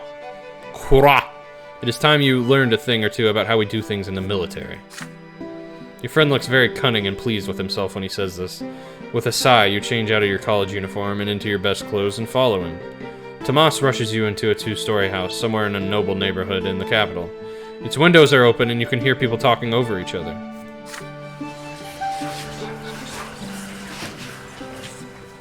The house's sitting room is filled with young people, at least 24 men, almost all of them academy cadets. In the middle of the sitting room is an armchair, and in this armchair is a gentleman wearing the uniform of an Imperial Legion officer and smoking a pipe. His thick hair falls over his large, observant eyes.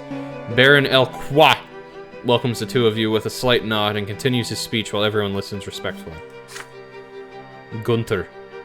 As I was saying, young men, I firmly believe that the days when all the military glory of the Empire belonged to the Archnean dynasties are long gone. Human nobles have been serving the Emperor at least as well as the Archnean nobles for a long time now. Still, the Archneans keep acting like their origins are more important than honor and service to the crown. Take the Melanidas dynasty, for example. The Archdukes of Magra. Long ago, their leader Char Melanidas fomented a rebellion against the rule of the Tempest and the Twins' faith. He sucked all life from his own land, doomed thousands of his own subjects, and yet the Melanidas dynasty still rules over Magra like nothing ever happened. Then suddenly, Sir El Croix flashes a cunning grin. I think this calls for a test of your strategic thinking, young men. But first, let me refresh your memory on the rebellion of Char Melanidas. It may seem surprising, but we have him to thank for our current status. He was the first to ennoble humans, an act of unprecedented insolence, but it gave the rebellious Duke immense support in his province. He risked his own reputation and title to make himself stronger, thanks to humans, and in that, he succeeded. No one has ever dared challenge the rule of the Archneans and Tempest before, but the rebellion of Magra changed everything. Humans became part of the nobility. We got a taste of the power only the Archneans could wield before, and, unless I'm mistaken, most nobles in the Empire these days are human. Why, we outnumber the members of the Archnean dynasties dozens of times over. So, Char Melanidas had complete rule and control over the lands of Magra. He had the loyalty of his ennobled human subjects, and he had the loyalty of the mages and witches who fled to Anizot, the only place in the Empire where they could hide from the Church. The Archduke of Magra had everything he needed to win, and yet 2 pivotal changes brought him down. First of all, he cast a magic spell that incinerated the entire province. It certainly stopped the Imperial legions in their tracks, but the population of Magra would no longer side with Char Melanidas after that. Second, the clergy struck at the rebellious Duke with the power of the Twins. His magic was gone, and his main advantage was no more. Many fled, but as you know, it still took the Empire an entire month of siege before the palace in Anazat was taken. After the rebellion of Magra, the Empire changed drastically, and most importantly, humans finally received their lawful right to be ennobled. And I'd like to stress that in particular, ennobled not by birth, but by virtue of their own knowledge and talent. History, young men, is more than just a memory of the past. It is also a lesson for our future. I believe that part of our history proves my point. And now, a test. Tell me, if you were among the Imperial strategists during the rebellion, what would you have done? How would you have fought an enemy as powerful as Char Melanidas? With this, Sir El Kwa leans back in his armchair and takes a pull from his pipe while the cadets start discussing. Some take no time to say that they cannot believe Sir El Kwa thinks humans were the first ennobled by serving the rebellious Duke. Okay. Others say the prolonged palace siege might have been a mistake and storming the palace would have been a better choice. Soon, ideas start flying. Some cause only laughter, while others lead to debate. They are discussing the past of Anazat, the past of your hometown. You cannot possibly stay silent right now. If you were in command of that Imperial Legion, if you were in command of the Imperial Legions back then, what would you have done? Based on what you know about the Rebellion of Macro, you see three potential strategies. The first involves calling upon the twins' miracles to rob Melanidas of magic and render him powerless. The second entails putting your faith into the discipline and valor of the army for a frontal assault. The third means drawing out the siege while making the enemy's life as hard as possible through cunning. Which of these three strategies would you have chosen?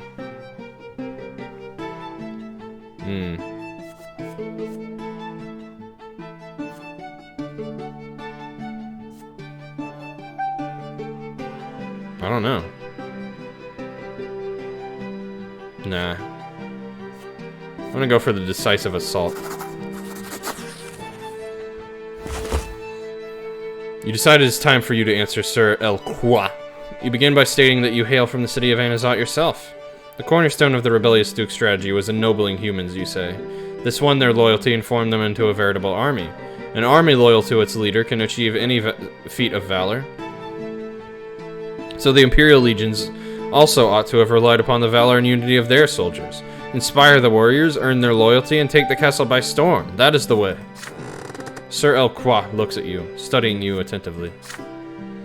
Brante, is that your name, young man? I will make sure to remember it. You are absolutely right. The soldiers' loyalty to their creed, their commander, their emperor, these are the things that make for an undefeatable army. And I wholeheartedly agree. A decisive assault would have brought down the castle at the rebellion's very inception and destroyed all their will to fight. And this, young men, is the moral of the story. Char Melanidas was defeated, but not by clergy and their prayers, not even by the noble militias assembled by other archdukes.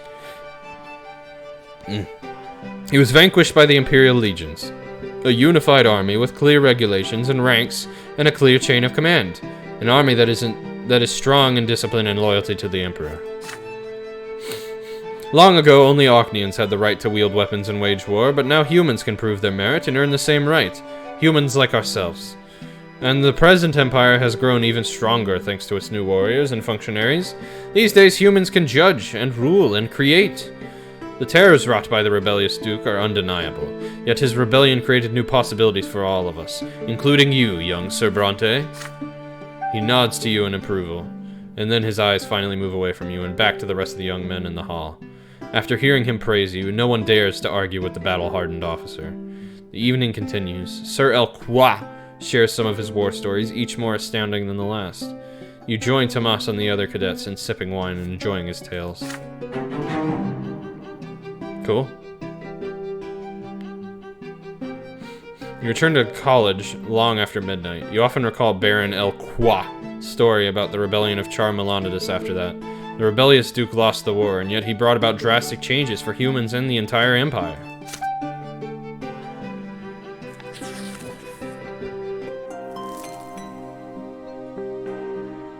Okay. There are days when you receive letters from home. Father's writing is very reserved. He mostly discusses events and work in Magra, and writes very little about the family. It makes me proud that I've managed to teach Stefan how to handle our affairs at home. Your older brother behaves impeccably at the society balls and receptions that we host. He has already made several crucial acquaintances. But Gloria has a different opinion of Stefan. She thinks your older brother is taking more and more after grandfather. Stefan is a lot like grandfather. It's in his manners, his posture, his voice. He even dresses like him. He used to be aloof around me, and we barely talked in the past. But now he always blames me and tears me apart. I can't take it anymore. He walks all over me all the time and treats me like a housemaid. Mother writes to you. From her letters, you learn that Nathan just barely managed to graduate from school. It makes me sad to admit that Nathan has none of the talents you have. The other day, he told me he won't even try to study in the capital. He said he won't be able to pass the exams. I find solace only in the nights Nathan and I spend together reading the scriptures, and our walks to the church by the silver tree. He accompanies me every time. Your sister and younger brother write about Mother too, and they say the same thing about her health. She now spends more time locked away in her chambers to brood. Gloria does her best to accompany Mother when she leaves home, and Nathan's letters mention her steps echoing in the halls in the middle of the night. There's one more thing Nathan mentions in his letters. Stefan and Gloria have been fighting very often these days. Stefan always tries to get under Gloria's skin, and she answers him in kind. Then Stefan calls her a lowly commoner to make her shut up. You always tremble in excitement each time you see a new letter with the seal of your home province. Your fate is still tightly bound to your families, no matter the distance between you. Why? Why did that happen? Why did that happen? Why? Why are they slowly starting to hate me?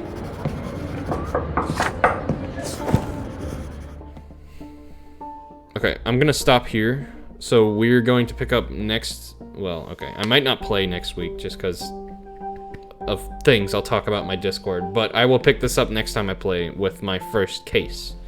So yeah, that'll be fun. I'm loving this game. I'm very glad I started playing it. It does make my voice a little hoarse after I'm done streaming, but it's a good time. I'm really enjoying it. For everyone, I will be back tomorrow with Ion Furies, retro shooter akin to Doom or Quake. Very good time. Highly recommend. But yeah, VOD viewers, this will be it from me for tonight. I need to rest my voice, and I'll see y'all in the next one.